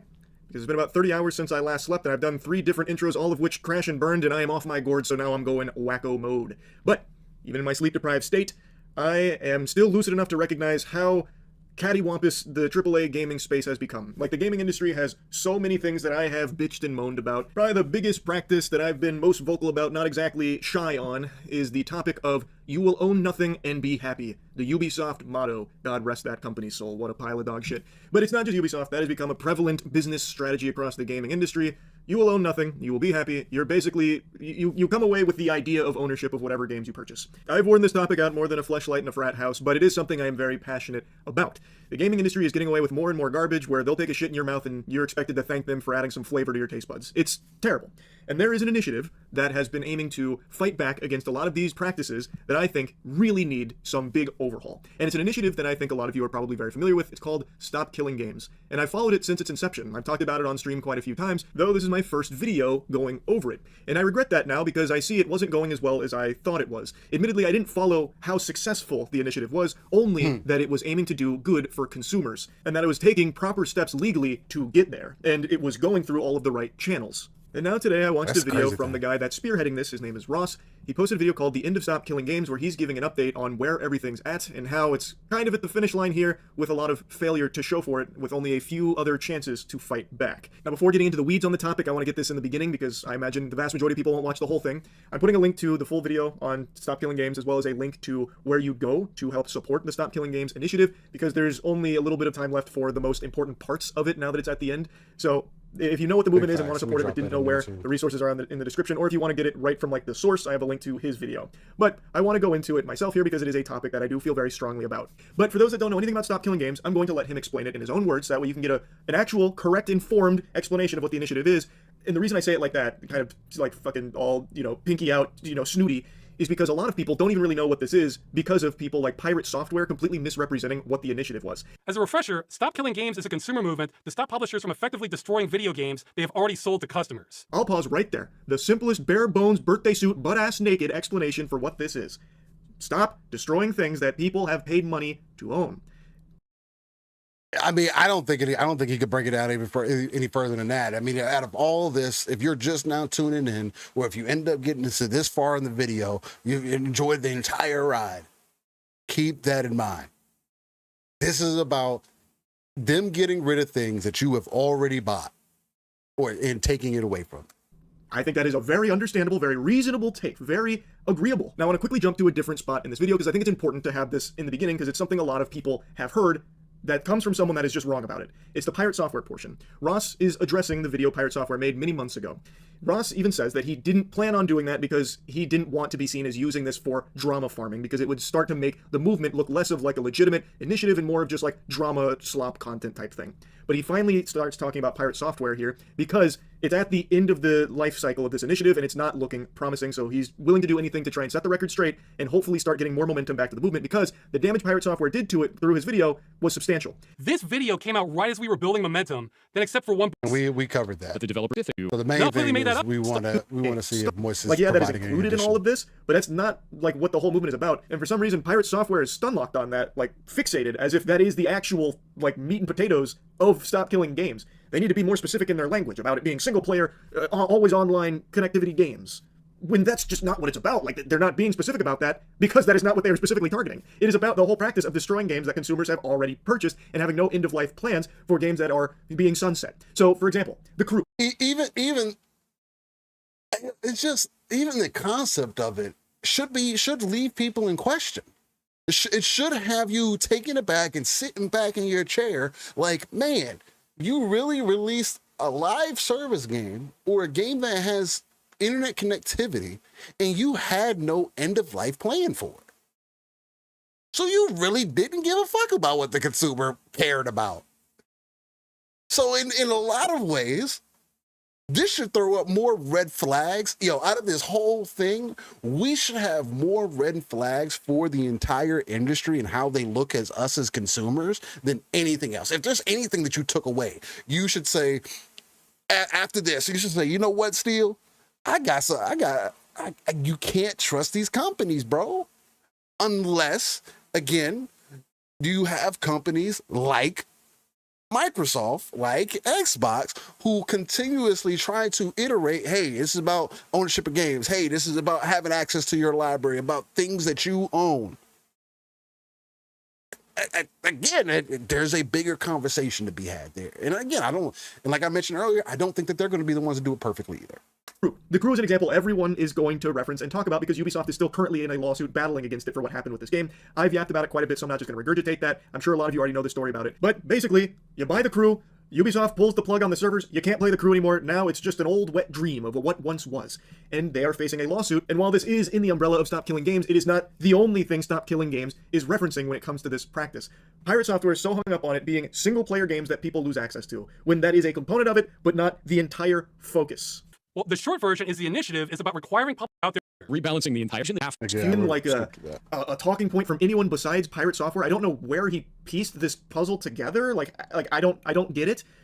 Like if I'm gonna try and like really reach here and give like a charitable explanation for this take, maybe he's extrapolating based on the idea that if publishers have to have end-of-life plans for their games, that includes MMOs, where once the game is getting sunset, you're pulling the plug on it, you would then need to turn the game over to the community in a playable state, an accessible state, like give the code to them. Thus, it turned it into a single-player experience, so the onus would be on the developers to rebalance their game to be a single-player experience for them. I guess. I have no idea. That still just doesn't. And again, it's like even that concept is asinine because they're just saying to leave it in an accessible, playable state. You don't have to go in and rejigger, rework, redo anything. Just let me be able to play the game as is. Maybe we figure out a way to do second and third party servers and then go from there. We don't need anything from you except access to the game. I need to be able to play it locally. Point blank, period. If I go peer to peer from there, doesn't make any sense, but maybe that's the tree he's barking up with that thought process. I really don't know, because Stop Killing Games at no point ever says any of these multiplayer games need to be converted to single player. That really is outlandish. And the more I think about it, like the more nonsensical it becomes, because even in Pirate Software's hypothetical fanfic there, why would the developers need to rebalance the game? They would just turn over the code to the community and just it'd be in that state. They're no longer responsible for balancing the game. That's the whole point. They're not indefinitely supporting it. They would just be responsible of leaving the game in an accessible state to the community while they would shut down the servers on their end. Like they wouldn't need to go back through with a whole development team and like, tweak the game to be single player compatible. It just doesn't make sense. Like I really things that do not understand that one. But apparently a lot of people latched onto that talking point from Pirate Software as something that Stop Killing Games was asking for and how unreasonable it was. Which, if that's what Stop Killing Games was asking for, it would be unreasonable. But that's not what it's asking for. Nowhere in there does it say that it's directly targeting always online sometimes. It's almost explicitly mentions single-player always online games or anything like that. And for some reason, instead of following the breadcrumbs that would naturally lead him to the conclusion of, oh, maybe I misunderstood. Maybe, because it's absent here, that's not what this is actually about. Instead, he uses it as a criticism against the Stop Killing Games initiative entirely, saying it's just too vague, it's way too vague. The reason it is not explicitly stated there is because that is not what the whole initiative is about. It is not specifically targeting that thing that you keep saying that it is. I don't know how that never clicked. But those were his streams with a smaller audience. Off the port in the future. What is he doing this? The problem. Ago were from his stream. When he took more time to watch it and digest it, he still came back in that video misrepresenting it. Like, it never dawned on him. Like, on stream, he could write it off as like, oh, he didn't grasp it in the moment, maybe later on he did. Then he made the video where he still was talking about things that are just not what Stop Killing Games was about, and this was the one that really blew up and really started to kind of dismantle the Stop Killing Games momentum. If we don't Lost for Words says, great stream still. This needs more eyes on it. The Stop Killing Games initiative is very simple. I think Pirate Software was willfully misrepresented this. I want to own the games that I pay for. I mean, it's literally, it's again, per my understanding, and that's part of the reason why I wanted to make sure to, again, I was going to watch this stuff regardless, but that's part of the reason why I wanted to tune into it, because that's just something that I do personally. If I'm not very aware about something, or if I have questions about something, or if it doesn't make sense to me, I want to consume content to help me form an opinion on it, right? And so far from what I have observed here, I just see somebody in Pirate who is not willing to have a conversation at bare minimum. You're just writing it off as stupid. And when you do that, people are going to come back and critique you in a way that you are not going to like. It may keep you up at night, or maybe it doesn't. Maybe you're so strong in your thought process that this doesn't bother you. Now, I don't think that anybody should be attacking the man personally or going to his home. Now, again, I think the Pirate did attack old dude personally, saying, I mean, and he didn't attack him personally outside of calling him stupid and saying it's idiotic and everything else that he said. You know what I mean? So there is that aspect of it, and that dude didn't, and Accursed, he didn't do any of that, right? He was just like, hey, this is my point. I'm trying to focus on my point. I'm willing to talk about it further. I've talked about this with other people. Pirate, knowing that he has the platform that he does, he has the viewers that he does, I think that this just would have been such a prime opportunity, even if he still came off disconnected. And maybe that's something that he's fearful of, that he doesn't want more people to see him, to see through him, and maybe take the side of somebody else's opinion. But again, then what's the point of conversation? If you just want to be in your own bubble and think how you feel or how you see things is right, then I can see somebody just saying, oh, I'm not willing to have a conversation. Don't like the idea of live service games as a whole. I get it. Don't play live service. We're against them being consumers into thinking that what they're buying is a product as opposed to a license to a product, which is a totally separate thing. And then he criticizes Stop Killing Games for not being specific about that thing that he is bringing up, as opposed to what Stop Killing Games is talking about. So he's using that against them for some reason. And then Ross goes into the license talk. Our problem is not with licenses failing to inform people. Blizzard says they can take away your purchase for no reason. That sounds pretty clear to me. Our problem is those terms. Yeah, that's asinine. Blizzard reserves the right to terminate this agreement at any time for any reason or for no reason, with or without notice to you. Shouldn't that be a problem? If any company in their EULA, they said, hey, we reserve the right to terminate this shit whenever we feel like. We don't give a fuck. We don't care what you bought. We don't care what you did. We don't care the time. We just, whatever. We won't even tell you why. Don't even ask the question. Why would you ask questions?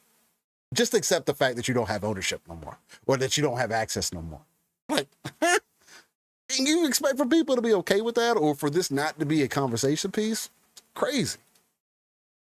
Are so hostile to consumers and the medium that they should be taken off the table entirely. This needs regulation. Keep what you pay. Games do neither of those. He's exactly right. That is a huge problem. Now, Pirate Software is correct here about these companies that will mislead consumers through this fraudulent advertising on what you're actually buying, because in a lot of cases, you don't own any of the shit that you're buying. It is pretty much a rental. You get a permission slip to access the content. That is, and that's my thing. If you're getting a rental regardless, then why do people have an issue with Game Pass? That's giving you an option to still buy the game regardless, that you still technically don't have full ownership for. So if you don't have full ownership regardless, then why is Game Pass the problem? Matter of fact, Game Pass gives me an avenue. I don't own it. Guess what? I'm not going to worry about owning it then. I'm going to play the experience for what it is, for what you have given to me, and I will move on. I can tell y'all, as a consumer, that is how I typically move. So a lot of this stuff would not really impact me like that unless I wanted to come back at a later time and replay those games, which I think two things can be true. I can not be the consumer who would really be affected by this because I play games in the moment, right? Now, there are games that supposedly I can go back to that I've missed. Yeah, that is 100% an option, and it should be an option. But just because I play my games today and I'm not going to replay them in the future doesn't mean that I don't think for the people that do, because obviously there's quite a bit of people who do that, who revisit games. Doesn't mean that I can't stand for that. I believe that we should have full ownership. Point blank, period. It has to, or you need to give me better understanding up front, not through a EULA, not through reading all these pages. I shouldn't have to call my lawyer up or an attorney or whatever the case and be like, yo, I need you to read through these documents before I play this game, just to make sure I'm not getting screwed over. Is an issue, and not making it abundantly clear to consumers that that is what you are buying is a problem. And so too, MF Gray says car dealership comes to take your car back after you paid it off for a reason or no reason. And that's an extreme portion because you're getting your physical content, but even in gaming, for your physical content, it could be the exact same thing. If you had a physical version of that game, we can just pull it away from you whenever we want. So we don't need a reason. Oh, there was an issue with your specific year of vehicle, but you know what? Instead of trying to find a way to compensate you so that you can get a reliable vehicle, we're just going to take it away. You know what? Hey, matter of fact, bring it in. We're going to fix it, but then we're going to tell you we can't fix it, and we're just going to keep it. It's like, well, like, dog, if I would have known this from the jump, I wouldn't have bought this shit. Again, I think that's a bad consumer practice. Two is the actual agreements, as Ross demonstrates with Blizzard, where it says they can just completely terminate it for no reason at all. It really does go against the basic idea of commerce entirely. Video games are in a totally different ballgame when it comes to that, because half the time you don't realize that you're just buying an admission ticket to a game. You're not actually buying the game. You also don't know how long that's going to last. Again, to go back to Concord, that shit lasted less than a fucking, fucking rainstorm, basically. Like, there is just so many problems. So I don't know why Pirate Software would be so harsh on Stop Killing Games for not addressing specific things that he himself is bringing up or making up in regards to it. It just doesn't compute. It really is a video that did significant damage to an actually positive initiative that aimed to help consumers in the video games. Which is crazy that his video would actually do any damage if, and again, I mean, it's probably because there's people that support the creator more than anything else. So they're going to take the creator at face value of what they're saying. And when you follow it up by, oh, this is stupid, I'm not willing to have the conversation because it's stupid. Then at that point,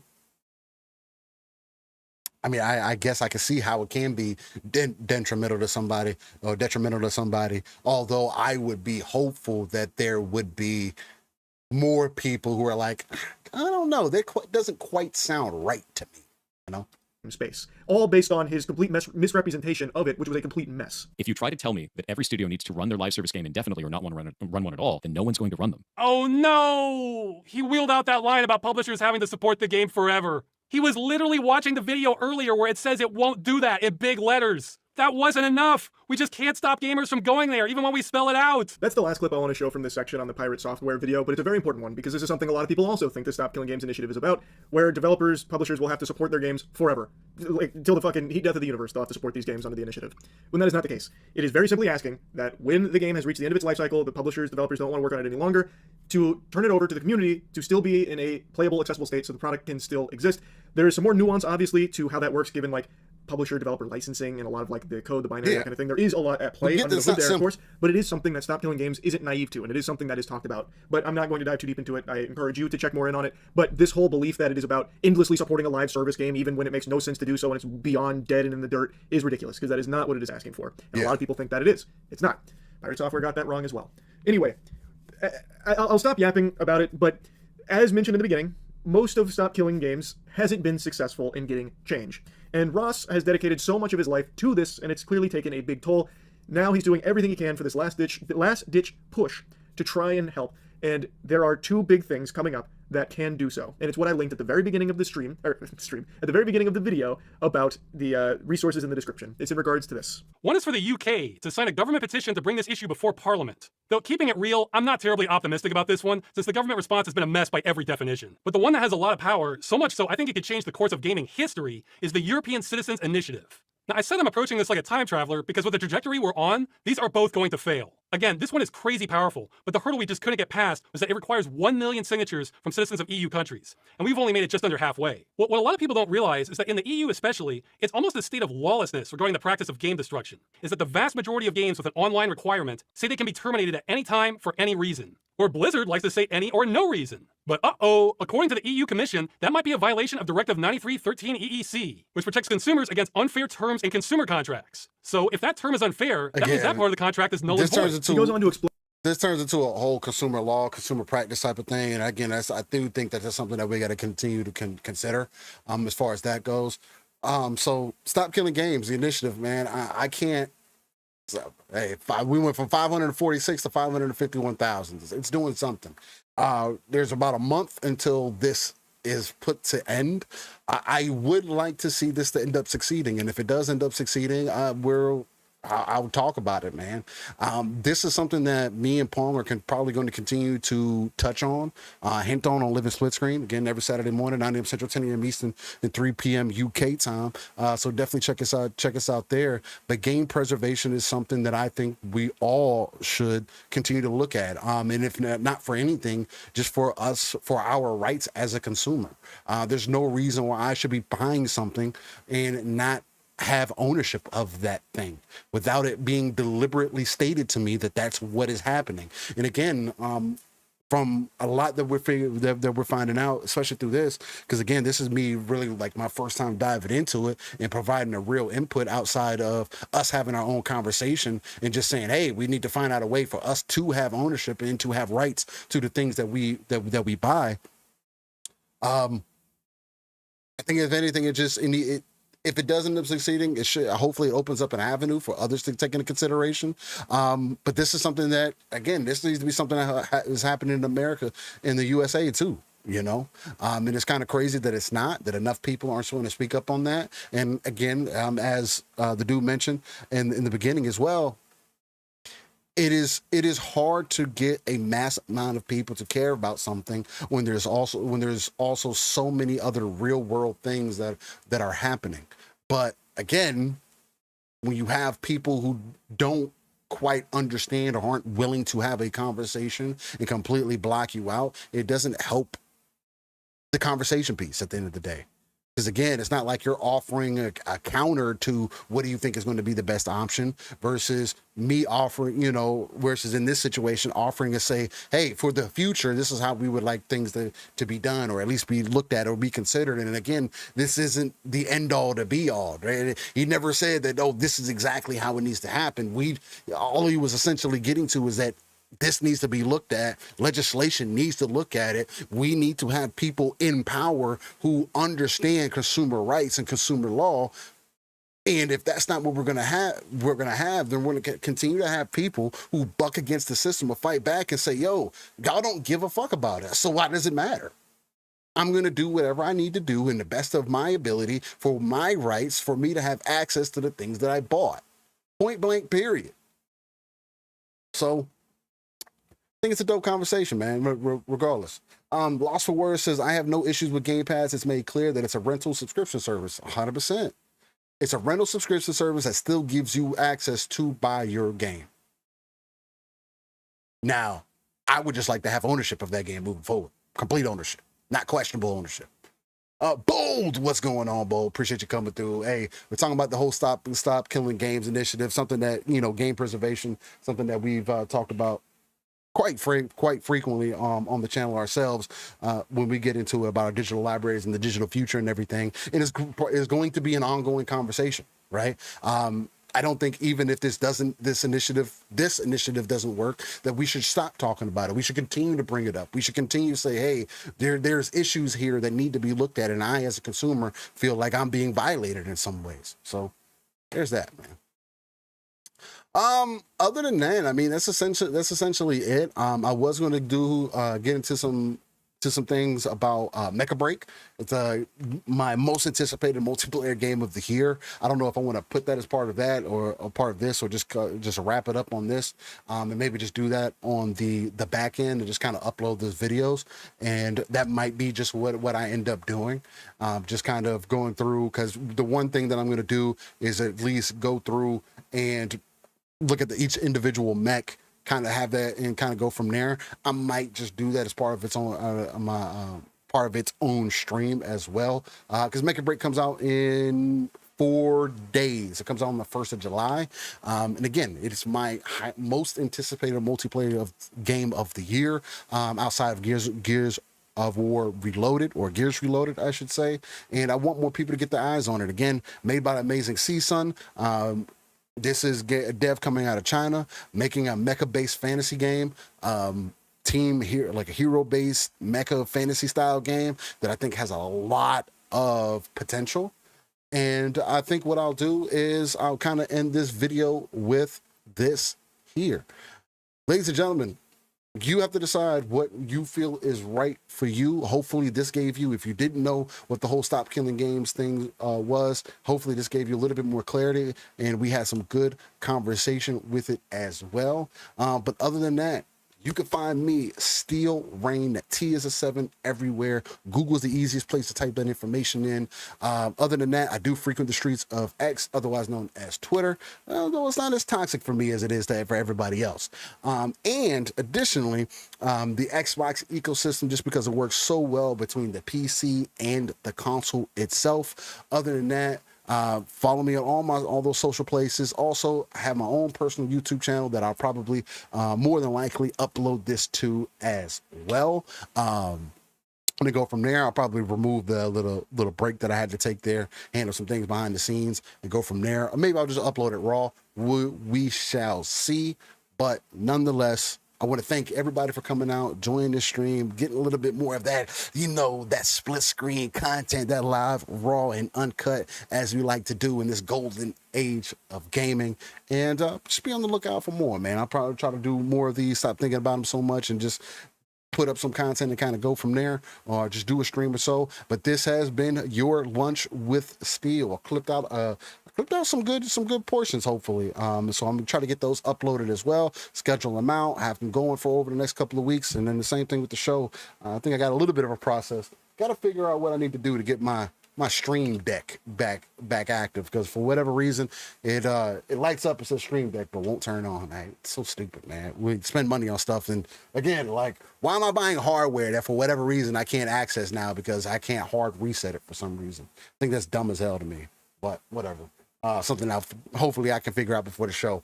But with that said, much love to y'all. Again, Living Split Screen, if you're checking it out here, every Saturday morning, 9 a.m. Central, 10 a.m. Eastern, 3 p.m. UK time. If you're checking it out on my channel, again, as I said, come check us out on a Saturday morning if you're looking for a gaming conversationalist podcast that discusses everything in the gaming industry. We take that RTS approach. That just means we pull ourselves out of the world, look at the darker crevices of that map, pull our resources together so we can not only build up our own foundation, but also the foundation for those potential 2 to 3 billion gamers that are out there. With that, y'all stay easy. Much love and peace out.